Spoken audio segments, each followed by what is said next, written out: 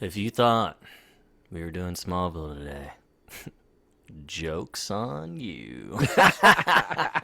Richard's fault. Yeah, you can blame a fan for this, alright? It's April fucking Fools, alright? Yeah, guess what? We're not doing Smallville today. So if you want it, stop listening. Maybe unfollow us or something, I don't know. So I'm in a great mood today. No, honestly, I'm kind I of in a really fantastic mean mood it. right now. I am so happy, guys. Past two podcasts. That's a different Taylor. I don't even know who that is today. Yeah, You know same. what today is? Today is heartwarming. It's family time. It's family time. Time to give each other a hug. April Fools, everybody. I get my dream. It's cheaper by the dozen. And that's right. A fucking man, dude. And I will give it to Taylor. He reminded me of my love for this movie. I had not seen it in a very long time. But when I watched it, I was getting emotional. And I'm not even a parent. It's honestly I know there's so some good. scenes that was making you tear up, dude. No. This is the first half. The first half was really good. So this is going to be the fun half.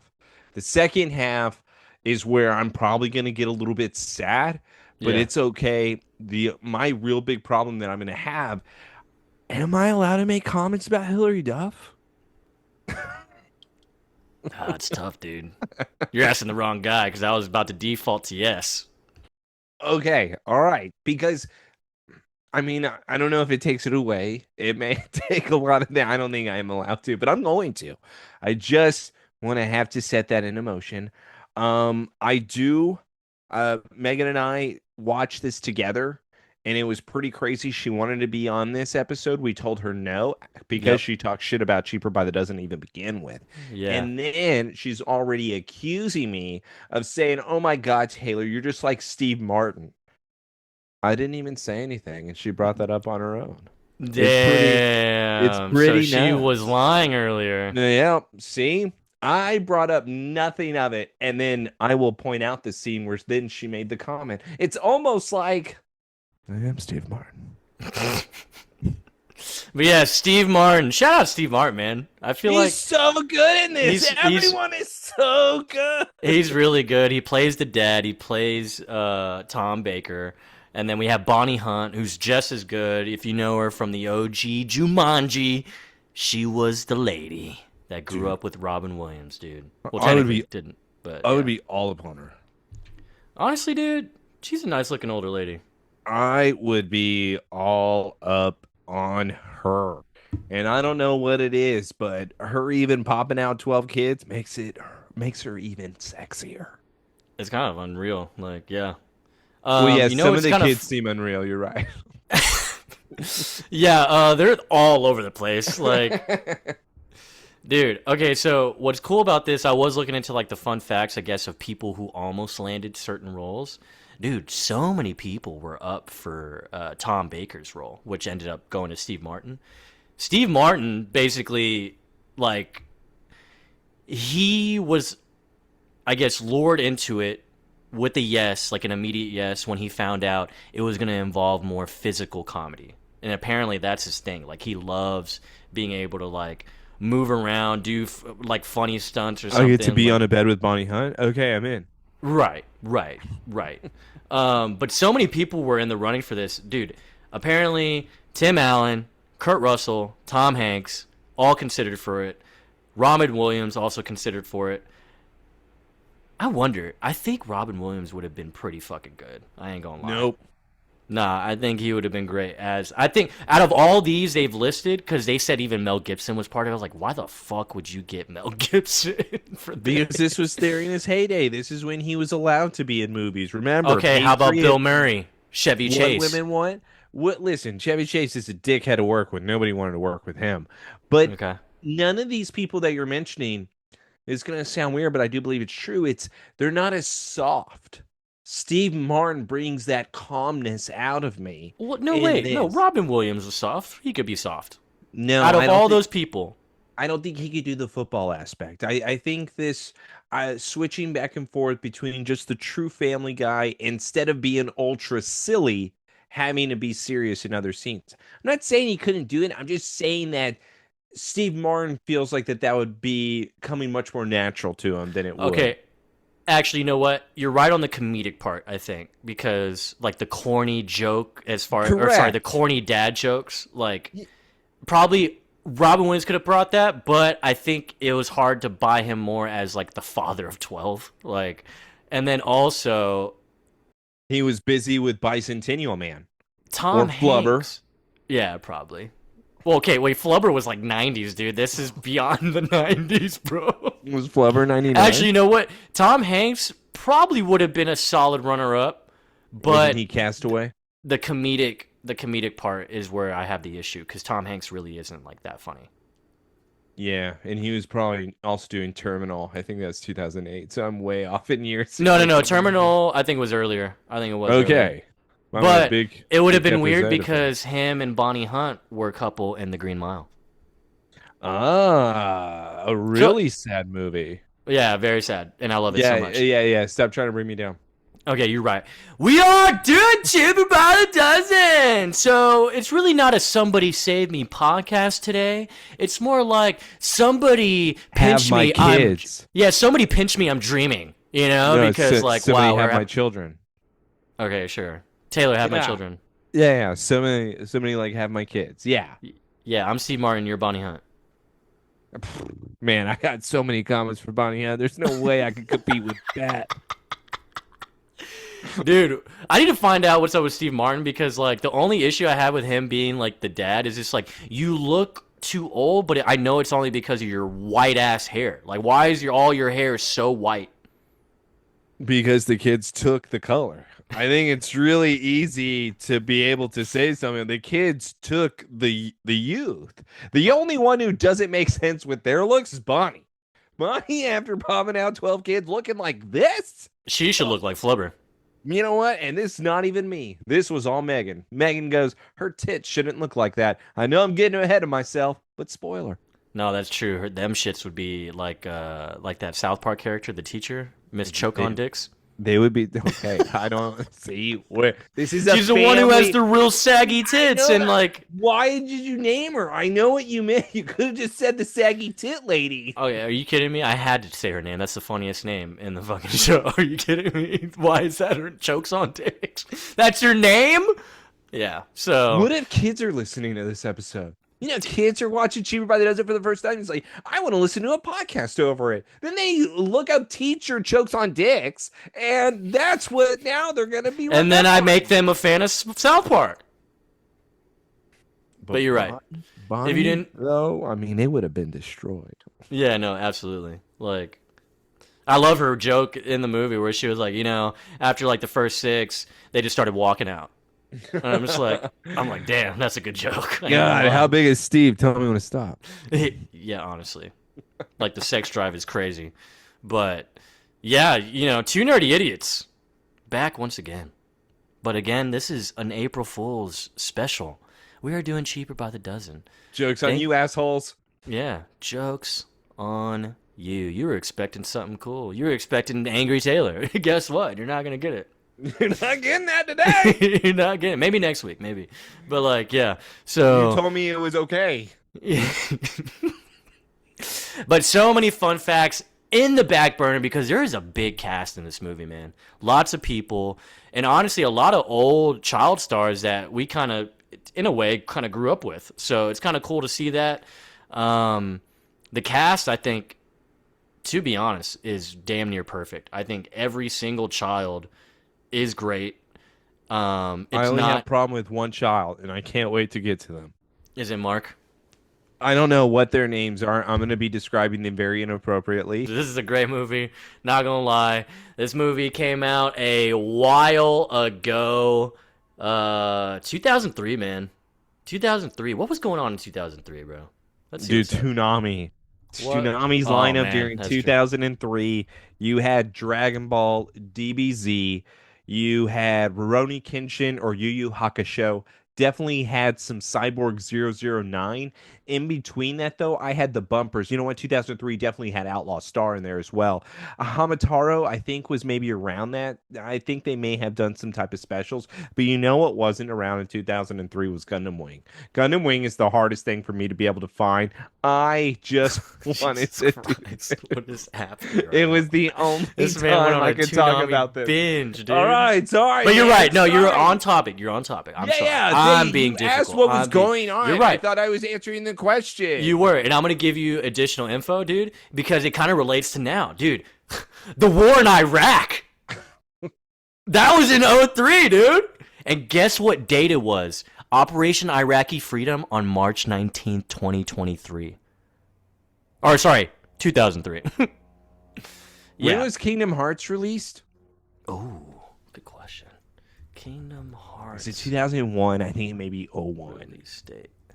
Come on, it's gotta be around this. September 17th, '02. Oh, it's in between. It was in between, dude. That's a good call though, because I think 2 came out what, like 04, 05? Yeah, So- '05. It's such a long game too. Yeah. It- And then just a couple other things, dude. Finding Nemo came out in '03.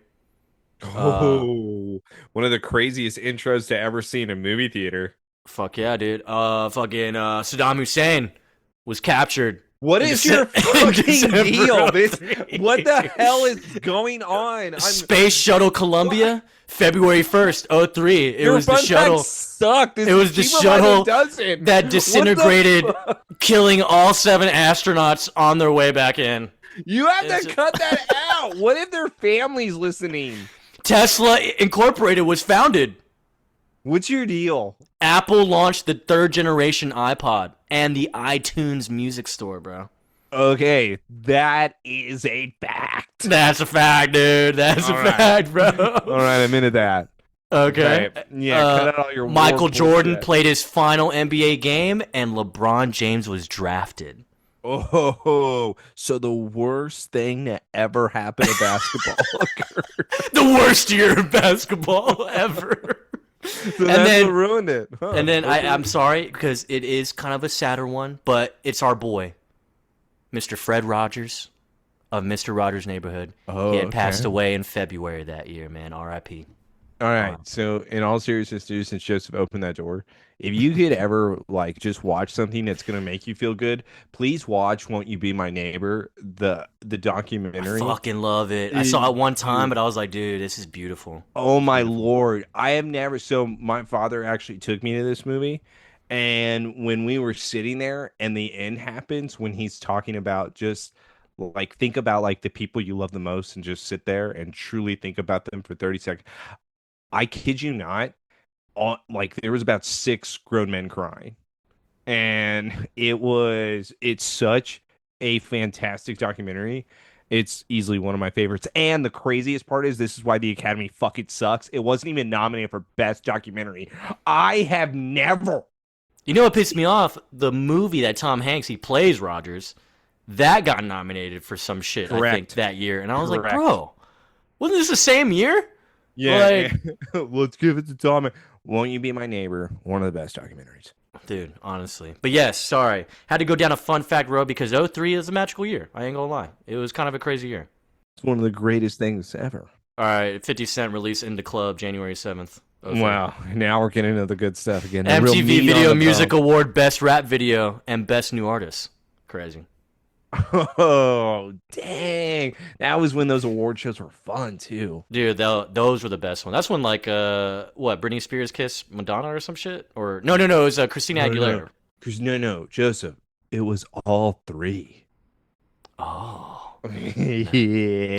Dude, Curse of the Black Pearl and Matrix Reloaded all released in '03 too, dude. All right. Wait, Curse of the Black Pearl? Really? That's when that came out? All right. Now, you know what? Let's just do that one after. We'll The do Last that Lord of the Rings also came out. next. Mhm. Return of the King, that wasn't that bad. There's It's a lot just so long. so many right. pop culture things, man. It's insane. Yeah, it is crazy. It's almost like the early 2000s was the greatest time ever. That's why I try to leave myself in that time period. It's not healthy, but it's what I do. But Joseph, you're getting me off track here. You're right. Cheaper by the dozen, everybody. This is family. I don't know why Joseph just did that. He's going to have so much editing to do, especially with all of his war shit. It's yeah, yeah. Family time is here. We're back in Iraq. But family time, yeah. Miss chokes on dicks in Iraq. That's what you brought to this intro. R.I.P. Fred Rogers. My shit's emotional and still family and on topic. What is yours?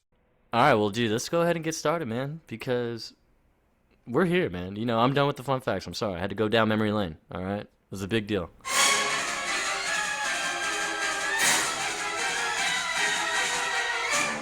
You know what? I'm going to go for a run. Dude, I feel like you got it. You have to work out, right? But how do you even have the time? He has to be waking up at like 4 a.m., right? Yeah, correct. Oh, dude. But you know what? I would probably wake up at 4 a.m. and do a run. And this is also with the Tom character that we see, the father, Steve Martin. He is doing his morning jog, and everybody in town knows him. So if everybody in town knew me as I was running, and they're like, "Whoa, hey Tom, how's it going, Tom? Tom, you're the man. Tom, you're the greatest." If I heard that saying, "Taylor, you're the man. Taylor, you're the greatest," every time I took a run at 4 a.m., I'm gonna do it every single day. Yeah. But yeah, this man just running around. We got the intro. We obviously have the credits. They live in a small town. They live in Midland. Let's stay on topic. We are in Smallville. This is what happens when a family of 11 finds Clark Kent in a spaceship, and he has a whole bunch of brothers and sisters. Right. Right. By the way, I think that's also something we got to throw in there with the '03 release. Smallville premiered in '01. So obviously '01 to '02 we had the end of season 1, '02 to '03 end of season 2. We had the end of season 2 and the beginning of season 3 with Smallville around this time. So this fits the time period of who he is in this episode, in this movie. Technically, actually, yeah. I think he just like went to a foster family real quick. Maybe John was like tired of him. He's like, "I'm grounding you, so you're gonna go live with the Bakers." Oh, you need to learn about. You want to have brothers and sisters around you. You need to learn what that is like. I'm gonna send you to my best friend Tom. Him and I used to work together. And by the way, here's another thing. John would so send Clark to a guy like Tom. Oh, for sure. Oh man, season 3. That's when we had Phoenix and Exile, bro. That was Cal in fucking Metropolis, and that was Morgan Edge when he was fucking slitting his wrist in front of Morgan Edge, bro. Damn, dude. Putting it in a jar so that everybody can then have it. Morgan Edge, like, what's wrong with this kid? Yeah, that goes hard. So I do love this intro because I think Bonnie Hunt narrating a lot of this is so clever and it's so well written. And I just love her voice. I think I just love her voice. Like, it's a very Reading Rainbow voice where you just are captivated. Yeah, it's a very sweet voice too. Correct. And I love the whole thing of 12 is our number. And it's like cheaper by the dozen, obviously. And she's like, 12, it's the number of games my husband Tom coaches at Lincoln College every season. It's the number of times we zero out our bank account each year to make the number of times meet. We've done anal. That too, yep. Because they don't have, they don't do vaginal sex anymore. And 12 is the number of tricks we try to keep, kids we try to keep track of. And you just see it in their house. It's toys everywhere, shoes everywhere. Just clutter, clutter, clutter because, dude, how do you survive with 12 fucking kids? Do you have see two. Could you think you think you could do this? So Tom, as he's sitting down and talking to his wife, she then holds up the cover of her book. Don't worry, Joseph. I'm going to answer your question right now because as this scene is playing out between them, you see behind Tom that there's something completely drawn on the wall. Where it's pure crayon, dude, or marker. Yeah. It's something. But Joseph, yes, you have to give up your home when you have 12 of these things. So him having a drawing behind him, once again, it was a wonderful touch because you just give in.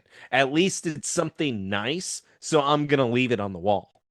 Yeah, and you kind of see it too with their relationship. It was to a point where yeah, like you said, they just gave it up. Like once you got to a certain number, you have to. It's like not your life anymore. You are truly just catering to all these children. They have not had a date night since they probably popped out what like number 6 maybe. Like Yeah, you know what? I don't think they need a date night after having 12 of these things. All right. So, that's true. They clearly have had date nights. yeah, you've had plenty. You need to tone back. You're punished for years Where were on they end. finding time to have sex when they had like 6 kids under their belt? She talks about it. Don't worry. I'm pretty sure she brings it Oh, up. that's true. She That's true. runs through each of them, and one of them is a little nice and dirty. But with this scene in this opening, she talks about how she just wrote a book about the family. We now have Tom who's looking at her going, "Baby." She said, "Baby." Whoa, this must be serious. On the run. You know what I was thinking? What were you thinking? I was thinking we've been married, what, 5 years? 23. 23. Sorry. And I think we He's like, could oh, you're right. I think we could use a little change. And that change is this lumpy ass mattress. And you hear giggling because you can clearly tell all, like, at least half the kids are under that fucking comforter. Bonnie's character, what's her name? I'm just gonna call her Bonnie. This is what I'm gonna do the whole time. Hope everyone can suck it. No, Bonnie, dude, no, no. We're gonna come correct on this one. It's Kate. all right, Kate, mom, Bonnie. She Mm-hmm. says you have to hit them as hard as you can to get the lumps out. Tom says, "Really? That's what I have to do?" Curls up his fists and says, "All right," and goes to town. Turns out, yeah, it's his kids. And they have a dog, so they basically have 13 kids, bro. Yeah, but Nora's not here. Oh, Ooh. So by the good way, call. it still is cheaper by the dozen. It always is, man. So this is actually based on a true story, technically, or I guess based on real events. Um, it's based on the real life of the Gilbreth family, and if you actually look, whenever like they show her name, Kate Gilbreth Baker, which is kind of cool. It's showing that's her maiden name, Gilbreth. Gilbreth is actually the name of the real family this is based on. So it's kind of cool that they actually included them. But that family had literally 6 boys and 6 girls. They don't have that, right? It's just like a few girls? Or wait, twins? Nora, Lorraine, They have, Sarah. I think they have 5 girls, 7 boys. Oh yeah, you're right. Yeah, one more boy, and it's also the same book. It's like breaking the fourth wall almost. You're like writing the book Yeah. about the movie, like whatever. I'm still not going to read the book either way. So as the scene is then continuing, we have the family just attacking Dad. Dad is so awesome. The dog's looking his ear. Dad's like, "Guys, y'all are getting me." Mom is over there on the chair. She's kind of happy, and all of a sudden, she starts going through the sex stories. Tom had 7 brothers and sisters. Insane. I didn't have any brothers and sisters. My only sister died, bro. Let's bring that up. Well, we Alright, have to. I mean, that's so sad. Why they fucking? It's like it shows her first looking out the window, probably after the funeral. You know what I mean? And she's just a child, and he's like, "Yeah, my sister. I only had my sister, and then she died. So." This is Bonnie, right? In this little flashback scene when they're in college and she has this ponytail. Yeah, it makes no sense why they would do that, because why not use Steve Martin? Oh, wait, it's because he's too old and Bonnie's hot as shit. Dude, Bonnie still, man. Like, we're basically getting the side silhouette, bro, and you're telling me right now that's Bonnie Hunt? Yeah, I'm gonna go steal that from that football player. Yeah, what are we doing? Yeah. You know what? I can't act like this because people out there accuse me of certain things. So you know what? I'm just gonna say, hey, it's Bonnie Hunt, right? And now we're going to If the it red- isn't, dude, that is a twin, bro. There's no way that's not her. Okay, that's really her. Yeah. Because they do a close up of it, so. And then still, even at their wedding, this wedding scene, It's her. it's still her, but it's not Steve Martin, bro. We can't Like, do Steve. Steve, sit this one out. Steve, we're not gonna dye your hair just for 2 scenes, okay? Stop it. I can wear a wig, Steve. We'll call you when we're ready. And then she mentions, basically love at first sight because they found out they wanted literally 8 kids or some shit. And then you see the glimpse of the wedding, and we get the first glimpse of the best man, Shake. Total douchebag. He reminds me of the Shake from Love Is Blind season 1, right, guys? Why the fuck is your name Shake, first off? And his name's Shake McGuire. Shout out Lizzie McGuire. What a hot dog. I didn't realize, like, I get halfway through the movie, I was like, is she calling him a dick? And I was like, she has to be calling him a dick, right? Because She is. it's She's wiener, doing it- hot dog. Yeah. The kids can say it, obviously, and I'm sure that's why she's saying it that way, so they don't say dick. But Also, she's exactly right, what we find out. And wow is all I'm gonna say when it comes to that best man and how he was the best man. I think there's a lot also to say about Tom. Tom, we could do better. Now she's going through a year later, after our wedding, we had our first, Nora. This is where we banged at the movie theater. I love taking I love taking her to work with me. After Charlie and Lorraine were born, after we decided to bang in the back of a truck, we realized our dream of living in the city and having 8 kids and 2 careers wasn't going to work. Babies are crying in our office. As much as we both wanted our big careers, we knew we had to move. So Tom decided to settle for a Division 3 type of job. I decided to quit my job in order to be a stay-at-home mom. We moved across the country, and now we have a 99 bottles of beer on the bar, 99 bottles of beer. Tom and I got That's a busy. great family scene. I love this so much. It's okay. Tom and I got busy when we moved to Midland, dude. All right, so just know we're gonna keep track of this hierarchy. Nora was first, Charlie, Lorraine, top 3. Honestly, I love them, all 3 of them, even when they're older. Yeah. So then got pregnant. They had Henry, Sarah, Jake, and Mark in consecutive years, bro. They are insane. Yeah, that would mean so. Like, they're all soon as s- she's done, right? Like, recovered, they're banging. By the way, so that's pretty much my children. It was a year. Oh, yeah, yeah. It was a year and Yeah, we're 3 2 under weeks. 2, pretty much, yeah. Yeah, so in Or the pretty end, much, actually, yeah. I have no idea what this would be like, and my wife would absolutely hate me if she were pregnant for this amount back to back to back to back. I mean, that's 4 back to back to back. That's not even waiting a second. That's we're just gonna keep popping. We gotta Yeah. keep going. You Come know, on, put that body through the ringer. come on, let's go. Oven's open.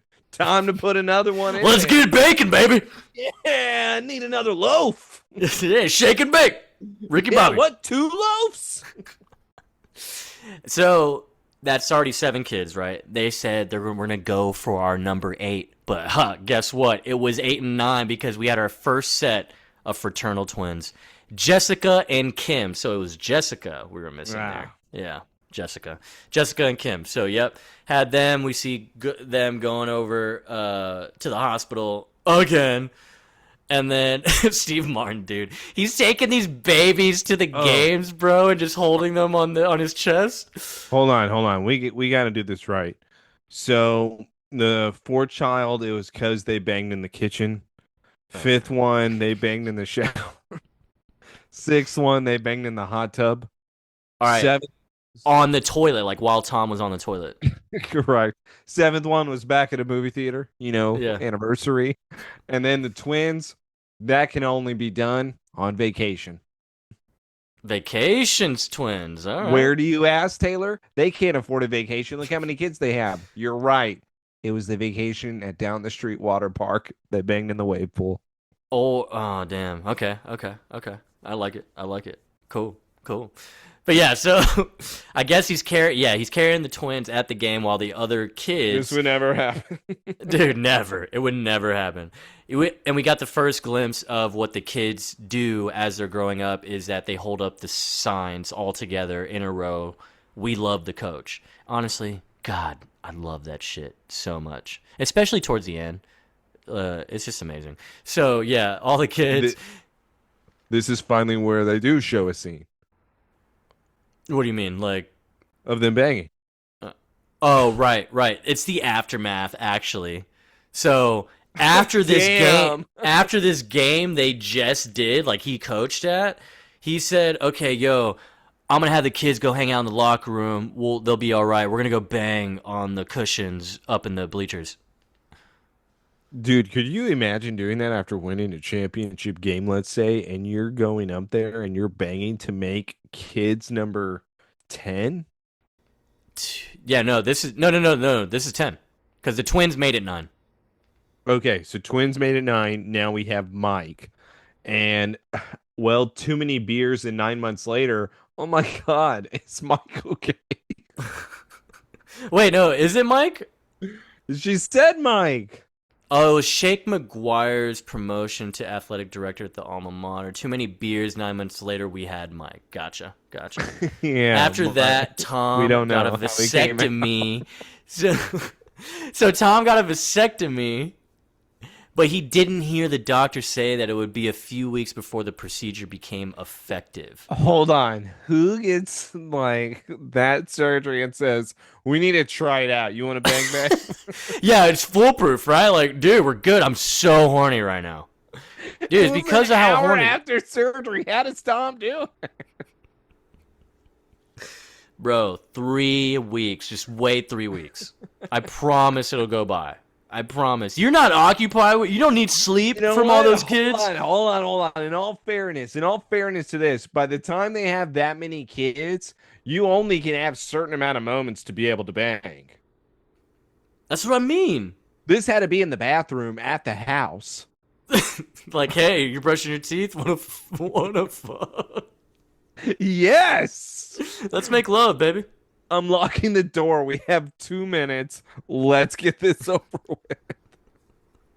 Yeah. So guess what? Vasectomy punishment. Vasectomy, baby. This is Nigel and Kyle, born in '98, and by then Tom and I were experts at managing chaos. Dude, ain't no way. Well, kind of, I guess. Actually, if you are already at 10, I don't think two more is gonna really. That's true. That's true. And now we go back to the present and we see how this chaos really is. Jake is just skating in the house. Floors are ruined, and you have Sarah having her lacrosse racket, banging it up against the damn door because Hillary Duff's character, Lorraine. Lorraine. She is then doing something in front of the mirror, aka getting ready, and Sarah's getting mad because she's talking in the bathroom. Oh my God, calm down. All right, Lorraine, wrap it up, damn it.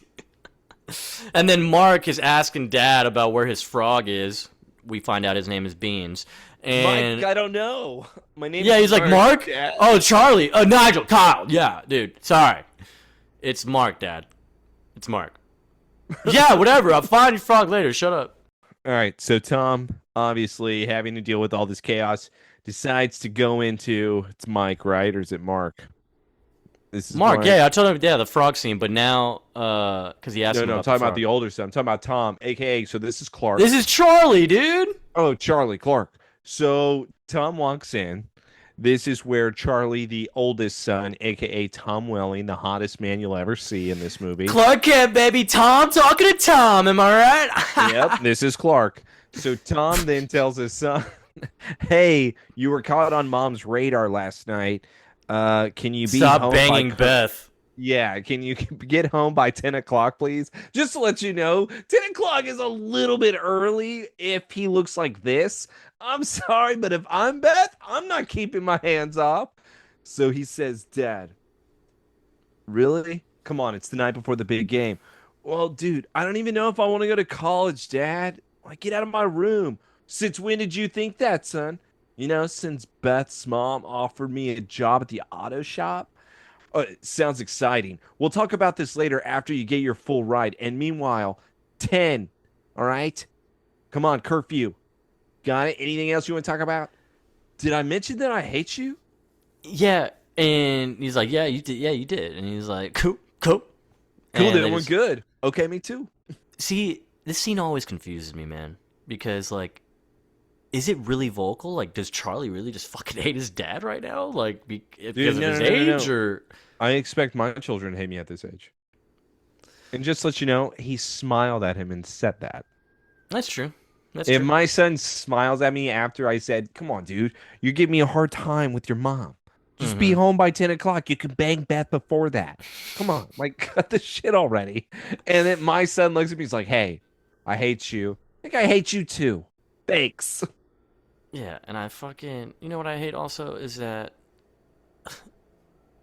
why can't we see the girlfriend? I want to see how hot she is. Okay. It's because they put her on screen next to Tom. They like the audience won't believe this. Tom's too hot.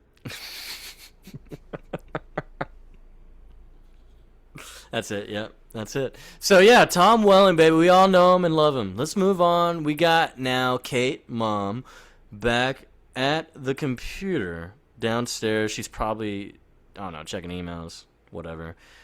Who the fuck's emailing her? Jake walks by. This is his thing apparently. Dude, 2 words. Need new skates. That's 3, obviously. And mom replies, dude, 3 words. Give money. I don't know. I'm not listening to this right now. Hey, mom, what else can we get though? Come on, help me. And then she sees it's Mark. So she says, Mark, get the hell out of here. Looks at a picture of Nora and her boyfriend, aka Ashton Kutcher. I can't wait to get to that. Joseph, save the fun facts on him till later when we get to him. Sorry, dude. Piper Perabo, she's hot. Okay? Nora's hot. We're going to introduce them when they're actually on the screen, not some photos sent to mom. That's on the screen. Okay, we have now the twins. Everyone is in an assembly line. I love this scene. They're all just making their duties. Like they have lunch going on, breakfast. Line it up. This is the 1950s in this household. We are going to have a steady workmanship. You guys want good lunches? You guys are going to work together in order to make those good lunches. The twin younger boys, they're supposed to feed the dog. They just wasted about $30. I'm pissed. They pour the entire bag of dog food on the floor. I probably would lose my damn mind. She's basically talking about how girly she is, and then she thinks she needs 5 more minutes in front of the mirror. And dad says, shut the fuck up, go sit down and help your fucking family with breakfast. You get 3 minutes. She goes, deal. Okay. So much eggs. So many eggs are they have to go get groceries again, right? After this breakfast? No, they have chickens. Oh, okay. They live on a farm. This whole thing is so awesome. It's the only way you could be able to have this many kids. You would have to have your own type of livestock. I bet they kill a cow a night. Kate, mom, is just going over the itinerary for every child. This is crazy, bro. How she This even is remembers. unbelievable. This would not ever be real. This is a scene. Yeah, this. Henry, I love the scene with her now. Don't fucking spit in your clarinet anymore. You have practice later. Kim, Jessica, your teacher called and said stop bitching at her and correcting her in front of the entire class. Mike, stop showing your penis in class. Kyle and Nigel, you have an appointment at 3, so you're going to work with Dad. Yeah, dude, they're like, yeah, come on, yeah, and then the dad, Steve Martin, just breaks from breakfast and is like, yep, fuck yeah, let's go. And I love that the twins are just like, all right. And fun fact, Megan's like, you've done that with the kids. I was like, I know, I do. You want to know why? Because me and Steve were just like this. Yeah. This is why she wouldn't be allowed on the podcast, because she'd be like really mean about this, saying I'm a liar. But I'm not lying, I swear. With the scene continuing. So mom does finish by saying, because dad asked, and he's like, what about Nora? Where's she at? Yeah, Nora's not coming. Yeah, why does Nora is just dating that doorknob? He's not a doorknob, Sarah. Chill out. Jake then goes, Mom, he irons his jeans. Okay, that's a little bit weird. I give you that. Okay, you know what? We're just going to take the family photo anyways, and we're going to Photoshop her in. Well, if Nora gets to be Photoshopped, then I'm going to be Photoshopped. You know what? If Sarah's going to be Photoshopped, I'm going to be Photoshopped. Nobody is going to be Photoshopped unless your name is Nora, because she does not live with us. All right, now let's eat. Please shut it. So they're doing Christmas family photos in May because it's a cheaper discount at the printer. Yeah, this is so realistic. It's I mean, this amazing. makes so much sense. It's amazing. And I just love the breakfast protocol. Mom just literally dishing out toast like they're frisbees, bro. Like she has an infinite plate of toast going on. There's no way in hell you would make breakfast every morning if you had this many kids. No. Mm-mm. Half of them at the okay, I would give you maybe half of them because they're age, but the other half, you guys can go to school, get out, go to the cafeteria if you want some morning breakfast. But instead, them all having a meal together. Well, that costs money. That's a food plan with the school. Ah, that's true too, and you wouldn't have it with that many. Joseph may have a point, but I'll put it to two of them. Get the hell out. Hillary Duff, Tom Welling, get the fuck out of the house and go to your friends or some shit. Yeah, can you stay with Beth, actually? By the way, he would. Yeah. So Mark decides to ruin breakfast. Mark, the little redheaded kid with the glasses, who his father already He's forgot the his only name. ginger of the family. Yes, no, one of the twins is. So with him though Oh, you're right. having the Right. frog at the very top, he says, "I'm gonna get you, Beans. I'm gonna get you." Everybody's looking at Mark, going, "Is he okay? What are you doing, Mark? No!" Yeah, Dad notices and he's like, no, no, no, no, no, no, no. And Mark says, "I need to kill him, Dad," and starts whacking the table where all of the food then spills up. Now we have a race to who's going to be able to catch this frog. Nobody can. I don't know if this family's smart or not. So with nobody being able to catch this frog, we're freaking out. Oh no, Mark has ruined all the lunches. The dog is freaking out. Oh my God, son, give me that racket. Now we have Tom. Tom, the man of the house, says, "Don't worry, I got this." He then slips on the milk. I would lose my mind at this point. Everybody go to your room or get the hell out. So with Beans, the stupid frog, he's now on the counter. Tom then says, "I'm going to get him." Tom, staring at this frog. Ah! He completely catches him. Everyone cheers. Oh my God. yeah, I love how like Charlie is high-fiving Henry and shit. Like, yeah, dude, I did it. Yeah. Tom, he then takes the frog out in the back and he kills it. No, he did not do that. That'd be brutal. I would have killed the frog. He hands it back to Mark. Put Beans in his fucking cage.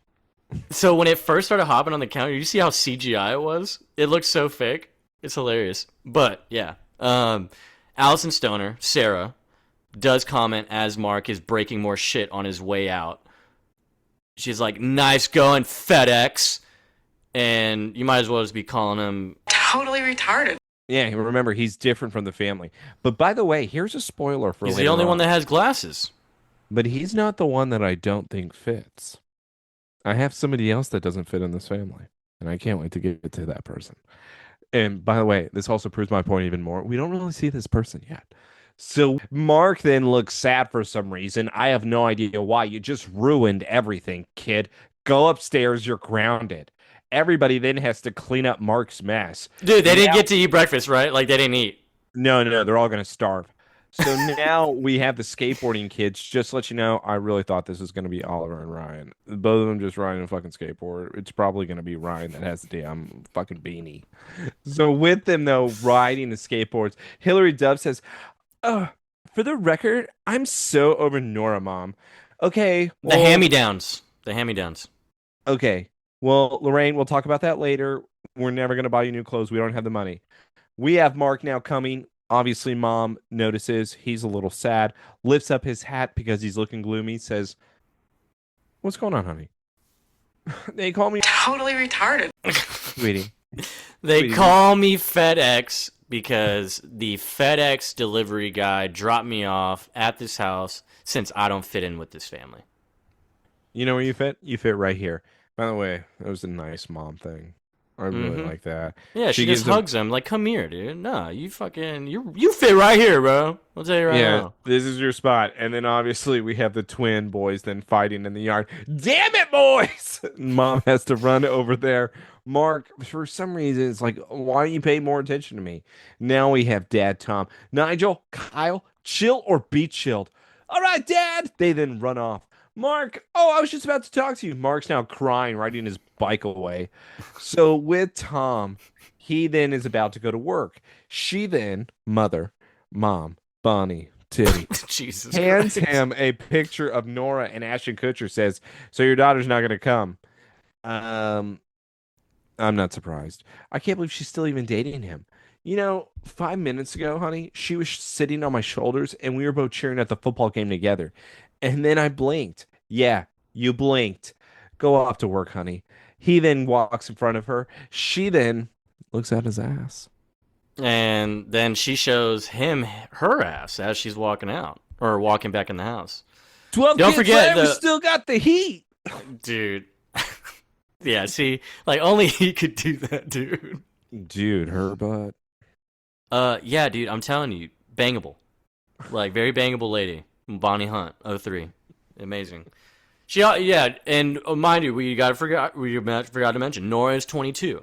Apparently, they're very traditional. Like they don't like.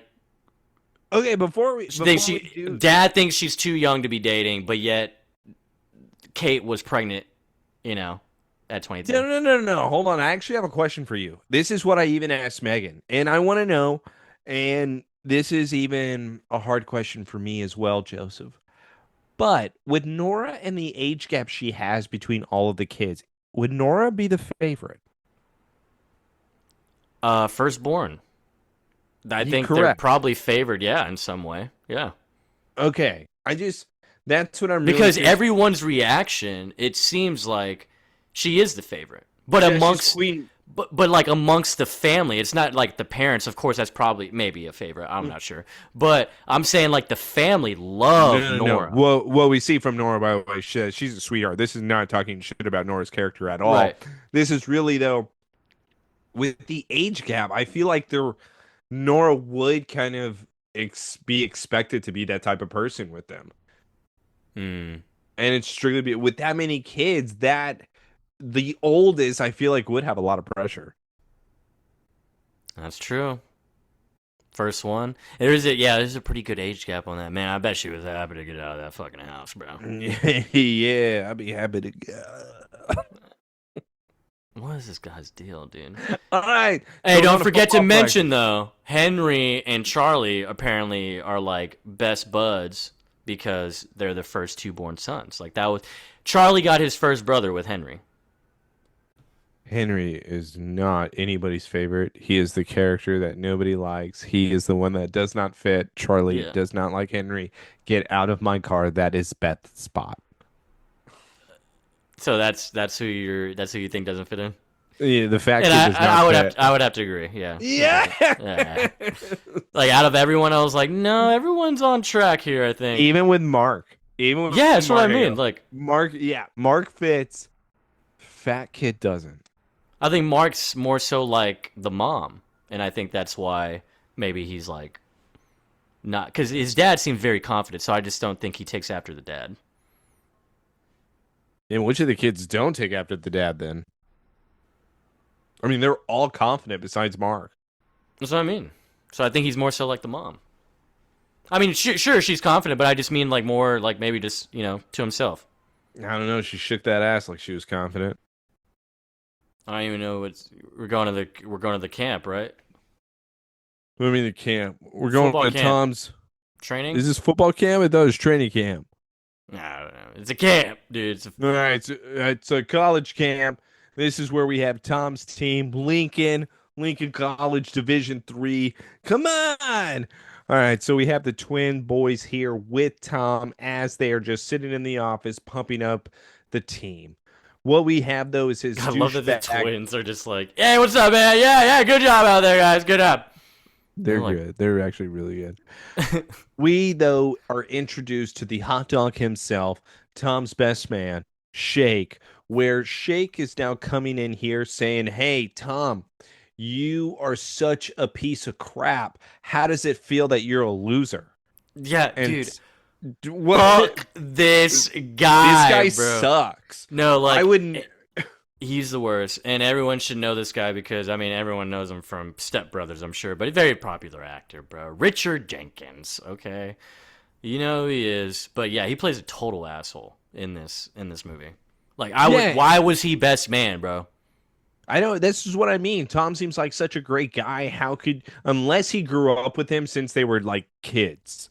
That's the only thing that would be able to make sense to me. Otherwise, it does not make sense for how great of a guy Tom is. After that insult, though, Tom says, Shake, what can I do? What can I help you with? The twins, though, call him a hot dog. He looks at the Right. twins. The twins said, Mom said it first. All of a sudden, he looks at Shake, says, Sorry.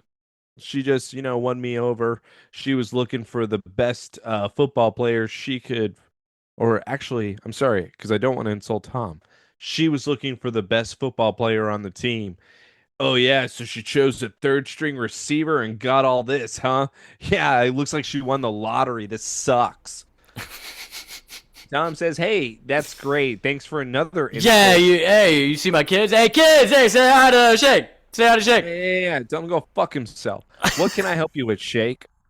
Shake then says, Tom, have you looked at the paper? Look at this. Huh? I am president of the Spartans. Okay? And look what it says here. I had to fire my fucking coach. You want to know why? Because he lost another game. And you don't lose a game if you're a Spartan. All right? So you know what I'm going to do for you, Tom? You know what I'm doing for you? I'm going to offer you the head coach position at this D1 school, the Spartans. And I want you to be able to take them to the promised land. Tom, can you do that for me? I'm going to pay for everything. Moving costs. Moving costs. Not only that, I'm going to buy you a school. Housing allowance, bro. Dude, it's pretty crazy. I'm So, sorry. I would take this immediately. Megan and I talked about this as well. I do want to get, though, because what would happen after this is, Shake, I'm not giving you an answer. I'm going to be an adult here. Sorry that you only have sex with 18-year-olds. I'm going to go talk to my wife. He's the Penn State coach. Yeah, okay. Nope. Wait, who's I'm the sorry. Penn State? Shake. Wait, Shake is the Penn State coach. You're right. It's PG. But hey, we're two nerdy idiots. It's the Somebody's Anime podcast. Right? Let me remind you. All right, but yeah. So, you tell Shake I'm gonna go talk to my wife. Yeah, I gotta talk to my wife about this. This is a big decision, dude. 12 kids. Yes. Now we have Tom and Bonnie, aka Kate. Is that her name? It's Kate, right? Tom, Kate, they are now having to talk about this. This is a big family moment. The kids are not able to hear. They go to the laundry room. Tom says, I know they're still trying to hear. He turns on the washer and the dryer as they stand next to it. All of a sudden, he then tells the wife, hey, guess what? Shake, the dickhead, he offered me the job as the head coach of the Spartans. Wait, what? That's your dream job, Tom. I know. I don't know if we could do it. Tom, this is everything, right? Yes, Kate. This is the big one. Well, then I think we should talk to the kids. As this is happening, the kids are lowering the younger brother down the laundry chute where he is automatically listening to this. He is relaying the information as they pull him up. What's going on? We're gonna move! They then drop him. Now they have to go to the hospital. He'd be like a concussion at least, right? Because also they have a chute in this house. This is so sick. This house is so awesome. Dude, this house is so sick. They have a cool ass little basement, cellar, whatever you want to call it. And yeah, they have a chute, a laundry chute. Yeah, They had to but have built that in because after so many kids, I think that's the most genius idea you could do. that cellar is haunted, though, right? With what? All their leftover semen that's barren? I guess when you have that many kids, it can't be haunted. The ghosts are even pushed out. Yeah, they're like, oh my god, this house is We're not way too staying much. here. We're Yeah. going next door. Where am I supposed to float at? There's no room in this house. Tom and Kate, stop! I'm tired of possessing children. It's not fun. These Yeah, kids are so- awful to each other. I get my ass kicked every day. Yeah, so big deal. We are moving, and the kids overheard, you know? So obviously, with the kids overhearing, they're young. What do? They spread the word. All the kids know now. Yeah, family photos now ruined. As we go to the next Everyone's scene. so pissed. Okay. I think the older ones especially. Here's my thing. I mean, Megan to and be fair though, come on. Megan and I went back and forth on this one. Maybe she should have been on this. Just so it was us going back and forth whether or not it would be best for the family. To Joseph's point earlier about the job and the perks to it, it is the purpose. It's stupid to pass up. But I would expect such bad response from the older ones, Yeah. especially with Beth and then with Hillary Duff. My. With those attitudes, I would expect them to hate me for a very long time. And so, with the family now figuring out, aka Tom and Kate, knowing that their children now know, we're going to leave it up to a vote. How about that? A vote, bro. All the kids would just say no. The kids essentially, they're all pissed. Nobody is happy. I'm not splitting up this family. This is bullshit, Mom. We're going to cut the language now. Okay? We're not going to do that, guys. Come on. I'll be making enough money now. You won't have to do the hand-me-downs. Jake, new skates. Uh, I can do more things for this family. God, what the hell? This sucks. Yeah, Dad, how am I supposed to beg Beth? I need to bang Beth. I need to be close by. What if she needs me to bang? Now, listen, guys. I know this is going to be uncomfortable. So that's why I turn this type of job down plenty of times You know, before. like over 100 times because you kids suck. So I want to ask you guys a favor. How about as a team, you let me have this one? And the kids really all like say like fuck you. Like, no! What? Fuck your dream, dude. Fuck your dream, Dad. Seriously. Your dream sucks. Your dream sucks. I promise you we'll be a happier and stronger family. Why you shut up, old man? I'm not happy now. But, You know you know what? it's... I would feel much happier if this was left up to a vote. I agree, Sarah. Cool, Ooh, you know Tom's what? getting Let's involved. call Nora, because that'll make things better. Doesn't. So Nora is absolutely no help. Now we have Tom and Kate saying, okay, we can do a vote, but in the end, your opinion does not matter. We're going to do what we want. Our votes count as 15. And then they still do a vote. Tom counts it up. It's 3 yeses, 3 maybes, 5 no's. So you know what? They really weren't that bad. When it came to Yeah, because when I rewatched it, I was like, Yeah. I would expect worse. Actually, I would expect like all no's, maybe like 2 yeses, but it's gonna be like the real young ones that don't give a shit. Like, yeah, let's go somewhere new. Fuck yeah. It's true. I don't see either set of the twins caring as much as the redheaded twins try to say something. But now what we do have in the next scene is Tom and Kate then looking at an old yearbook where they banged the first time. Do you They remember how it felt? They open the book and a pair of her panties drops out. This is my type of couple. And they talk about the time. Both their underwear, right? That's disgusting. We cut to the next scene. We have Fatty Magoo here playing with his friends on my porch. Okay, Fatty Magoo is crazy, dude. What is your deal? I'm usually a fat shamer, and you're over here just calling this kid Fatty Magoo? I understand he doesn't fit in, Taylor, but he has to. Oh, get on my porch. Yeah, he has to fit in with someone. So why not the fucking saxophone click with the random Asian drummer? Get off my porch and your freaky friend. Henry, you're a loser. Mark then takes Beans to say goodbye to his mom at his mom's burial site. And then he kills Beans. So the mom of Beans was actually called Pork. So that's actually kind of cute. I ain't gonna lie, Pork and Beans. But yeah. Oh, now we got Hillary Duff kissing her friends goodbye. Also, why is that? I'm sorry, we got to go back to Mark and him making the frog wave. Why is that frog black? Why is it not black? It's Snape all over again.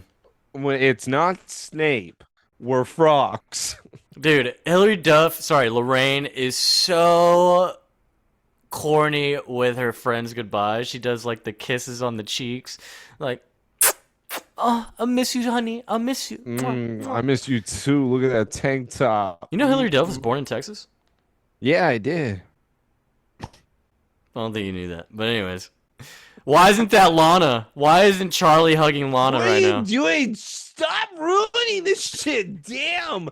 Beth and Charlie. He grabbing titty before he leaves. Even the dog won't get in the car, dude. He doesn't want to move. He was probably part of those no's. Those 5 no's. Just let you know, if I had to break up my son from hugging his girlfriend like that, I think he may throw fits with me. Yeah. You know what I really You know love? what's crazy? You know what's crazy, Joseph? Understandable. We're gonna have to duke this out. I love that Tom Welling, comes. He's like grabbing his bags. Tom Baker, the dad, go, hey, Charlie, you mind driving the old Cutlass for me? He catches the keys. And Charlie throws him goes back as hard as he can. I wish he did that, dude. He literally grabs the keys, like, and he doesn't even care. He's like, thanks for ruining my fucking life, Dad. Okay, son, drive safe. I love you too, old skipper. You. I would expect all of that, though. No, absolutely. Even Yeah. the boy twins are now crying because they're realizing, oh my God, we're actually moving. I was just kidding with the yeses on the paper. Yeah, I didn't know that this was a real thing. I thought you were was joking. You know, April Fools. You know. Yeah, everyone was playing this game. What's going on? So yeah, Life is a Highway is playing, dude. We got the movers. We're going on down to Chicago. Chicago. You know, Hillary Duff took this role over Mean Girls. I'd fire my agent. It was her mom probably that made it. You know what, though? It was probably her mom. Hold on. I wonder what part. And the only reason why I say They said that, lead role. there's I no think- way she would have been Regina. No, I'm saying she would have been Lindsay. Caddy. By the way, I really could see that, which is why I'm not arguing back. And Oh yeah, she also- would never be Regina. No. Okay, that's what I thought you meant by lead role. But you saying Lindsay, that would be considered the lead role. But here's the other thing. She ain't even close to the lead in this. Yeah. Why would you choose this movie? Well, I mean, as lead in as far as the kids go, she's definitely up there. Nora is. Eh. She's kind of. I would say they have about the same screen time. I don't know. As the kids are moving, though, they are then driving by. I guess a couple of white boys who think they go hard, but they don't, wearing some visors upside down. The kids then pull up next, going, "What town are we in?" The white kids then turn to the side, go, "What? Look at these bitches!" And then they roll up the window, flip them off, and the other kids are just grossed out. Obviously, we have to have a shot of Tom Welling, Charlie leaning up against the cars. You know what? Maybe I could live here, sticking out those arms, knowing how buff he is. Fuck yeah. And this house is so awesome. Also, was this the most ripped he was? Because honestly, he looked pretty jacked right there. Just Megan kept commenting how much she wanted to have sex with him during this entire movie. Classic. I mean, yeah, this is like his hottest. I'm not gonna lie. I think this is like season 4, Clark, dude. Season 3, season 4, pretty peak. I ain't gonna lie. So as they pull up to this beautiful White House on the corner, they don't have the property. This house is huge. It definitely was back in the 1800s, and maybe this house 1920s classic, dude. Yeah, you know what I call that though, Joseph? Oh shit, you might be right, dude. It's kind of fucked up though. You can't leave this stuff in at all. Family movie. So with them, no, dude. no, I didn't say that. This house is haunted, is what I meant. So with though, oh no. What? Anyway, let me finish for Taylor because yeah, he's getting out of hand, right? I real saw quick. the skeleton key. Charlie is then walking by the parents, gives them the keys back to Dad. Dad goes, "Hey, Charlie, You're gonna need a car to go visit Beth, right? The Cutlass is yours. All right, as a 16, 17-year-old kid, I'm coming my after pants. I'm gonna be happy about after this. after you said we're moving to a different town, I had to leave my girl, and now you're giving me a car and says, "Why don't you can drive back and bang her whenever you want." All right, I don't mind living here, Dad. Thank you. And that's literally what happens, you know? He thinks, like, are you trying to bribe me right now? It's like, yeah, what's up? Is it working? He's like, fuck yeah, it is, dude. Yeah, I'll be back. Deuces. Yeah, what's up? Hey, I'm just gonna go back right now. That's cool. I'll pick my room later. Yeah, you would just fold down those back seats and you'd live in the back seat of your car and bang Beth whenever you wanted. I mean, that's living it. So I do love the fact that they just have so many kids and they're all kind of old enough. It's like, hey, you see the house, enjoy, this is your new home. Go and pick your own room. everybody gets their own room besides the twins. Go. Right, they share. Mm-hmm. And so all the kids, though, storming into that house, we see this beautiful home and how big it is. Truly so much space. As obviously the scene continues, though, we have Mark, the redheaded kid, trying to find a room. The fat kid then comes out and says, "Oh, you think you're gonna be in here? Sorry, this is Charlie's room. Is your name Charlie?" And all Mark should have said was, "You're fat." And that would have been a big enough burn. Instead, this kid keeps talking shit to Mark, pissed me off. Mark's like, "Fine, I'll go just find somewhere else then, Fatty Magoo." So Mark, looking, he then sees another door. Why not open it? He goes upstairs.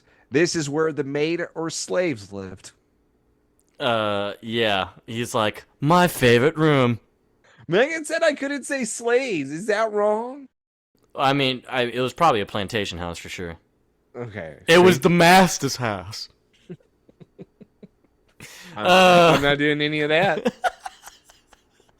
Not doing I have anything. brown skin. I think I'm okay to do it. It's hilarious. You thought you were going to set me up. You motherfucker. Don't worry, dude. I'll leave that in there too, along with yours. Okay. Yep. Dude, there's so many. You know what? You had my curiosity. Now you Now have you my have my attention. attention. That's right. That's right. So we got the neighbors pulling up. Honestly, actually, backtrack real quick. Mark actually picked probably the coolest room in that fucking house. Because if that shit is actually like well conditioned as far as air condition, quality, it's not super shitty in there. Solid room. So sick. The only thing I don't like is the stained glass windows. Well, you can always have a little curtain on it. I just don't like the design because that's where it makes it seem haunted. Ah, won't gotcha. lie. Or like a I- cathedral. Yeah, it just seems very haunted where if the sun shines through the glass properly, it's going to be an upside down cross on my wall. Or it's going to be like that moment when they reactivated Watchtower and then the stained glass window opened up on Clark and it shined on him because they reactivated their superhero league. So Mark and Beans is Chloe and Watchtower? Yeah. Yeah. Yeah. Mark and Beans are Chloe. So Beans the frog. Beans is Davis. Beasts come in all shapes and sizes. Yep. That's right. He's just in a different form, dude. Just in a different form. You know what? That could still be a Prince thing. Shrek, look how that turned out. Princess and the Frog. No, yeah, that's true. So, neighbors, we get a glimpse of the neighbors for the first time. They show up. One of them is pretty well known. He was in Succession. Alan Ruck. He plays one of the brothers. One of the Roys, sorry, in Succession. But he was also What you the guy really from- have is Beans from Even Stevens coming out. I of was here. getting him, dude. He's the Dude, best you one. take too long with these characters. Like nobody gives a shit about this guy. They're in You like don't, maybe. you don't like that lady because that mom's kind of hot. Yeah, okay. Like the mom I'd be into, but not her personality. The moment she was acting like this, it'd be, oh, right. I see. This is what I mean by I say too much. All right. Anyway, so I want just to acknowledge how hot and beautiful that woman was, but whatever, dude. This guy is a crazy dude talking about like sexist stuff again. It's like, dude, chill out, bro. What is she from again? I can't remember, dude. I don't even know what people want. It's like, what you want? Yeah. Oh, she was in Euphoria. She played the mom of Nate Jacobs. I forgot about Does that. she show her titties? No. You know who does show her titties though?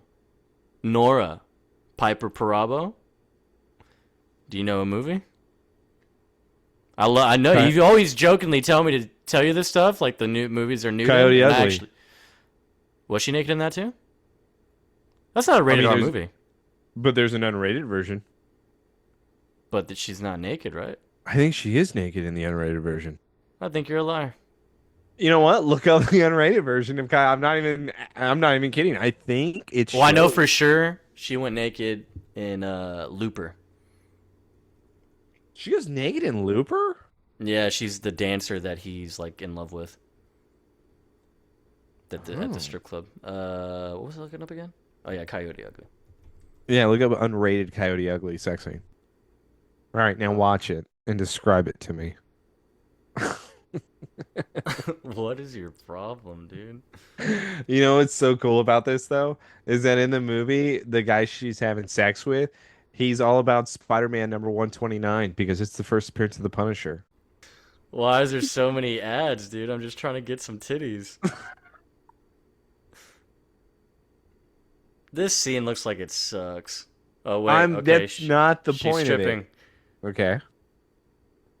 And he Describe says, it.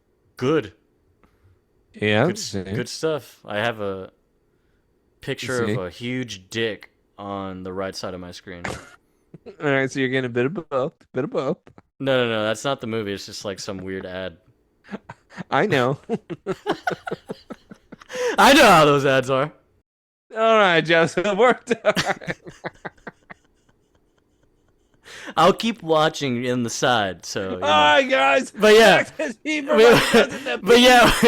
So the neighbors have a kid named Dylan, Stephen Anthony Lawrence. He is Beans from Even Stevens.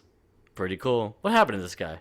He aged. So now with him going upstairs, though, he takes off his sweater cardigan, says, "Dad, hold this for me. You got it, son." They start talking about meat. That woman says that she's a vegetarian. Nothing wrong with that, right? So with them, though, now playing upstairs, the kids decide to ruin the wooden floors as they arrive. They start rollerblading. Those floors are now all scratched up. It's going to cost thousands of dollars in order to fix. But what the kids decide to do is push Beans, where now he is hanging from the chandelier. Oh my God, the parents are freaking out. Obviously, the woman who just came over in order to say hi, her son is about to die. Tom says, "Don't worry, I got this. I've hung from plenty of chandeliers." He then grabs Beans. Oh no, he's now hanging from the chandelier. What are we going to do, guys? They start swinging back and forth. He says, "Hey, Beans, you can drop. My wife's going to be able to catch you. She's got quite the leverage." So with Beans then falling, Kate catches him like no other. It's easy. Tom, he hangs on the chandelier. It falls down. He should have broken every bone. He doesn't. Instead, he says, "Thanks for the redecorating. I've been here for 5 minutes and I absolutely hated the chandelier." Right. That whole scene just happened. FYI, yeah, she was naked in Coyote Ugly. Yes! Full on, bro. Full on sexy, man. Just watch it. Yeah, okay, all right. I'm kind of jealous. I'll watch it too. I'll send you the link, dude. Yeah, so chandelier broken, man. Hold on.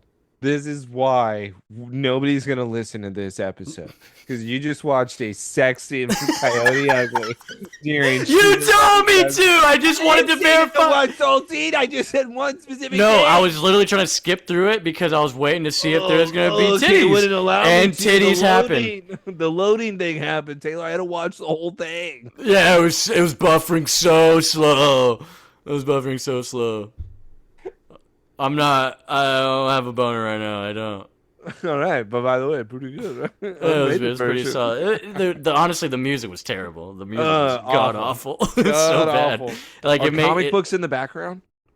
Yeah, Yeah, dude, I love that movie. there's like cutouts, like tall cutouts and Yes. shit. Yeah, Yeah, so shout out By the way, Piper that Perabo. fits. We love you, Well, Piper. You're so gorgeous. So, yeah. yes, correct. All right.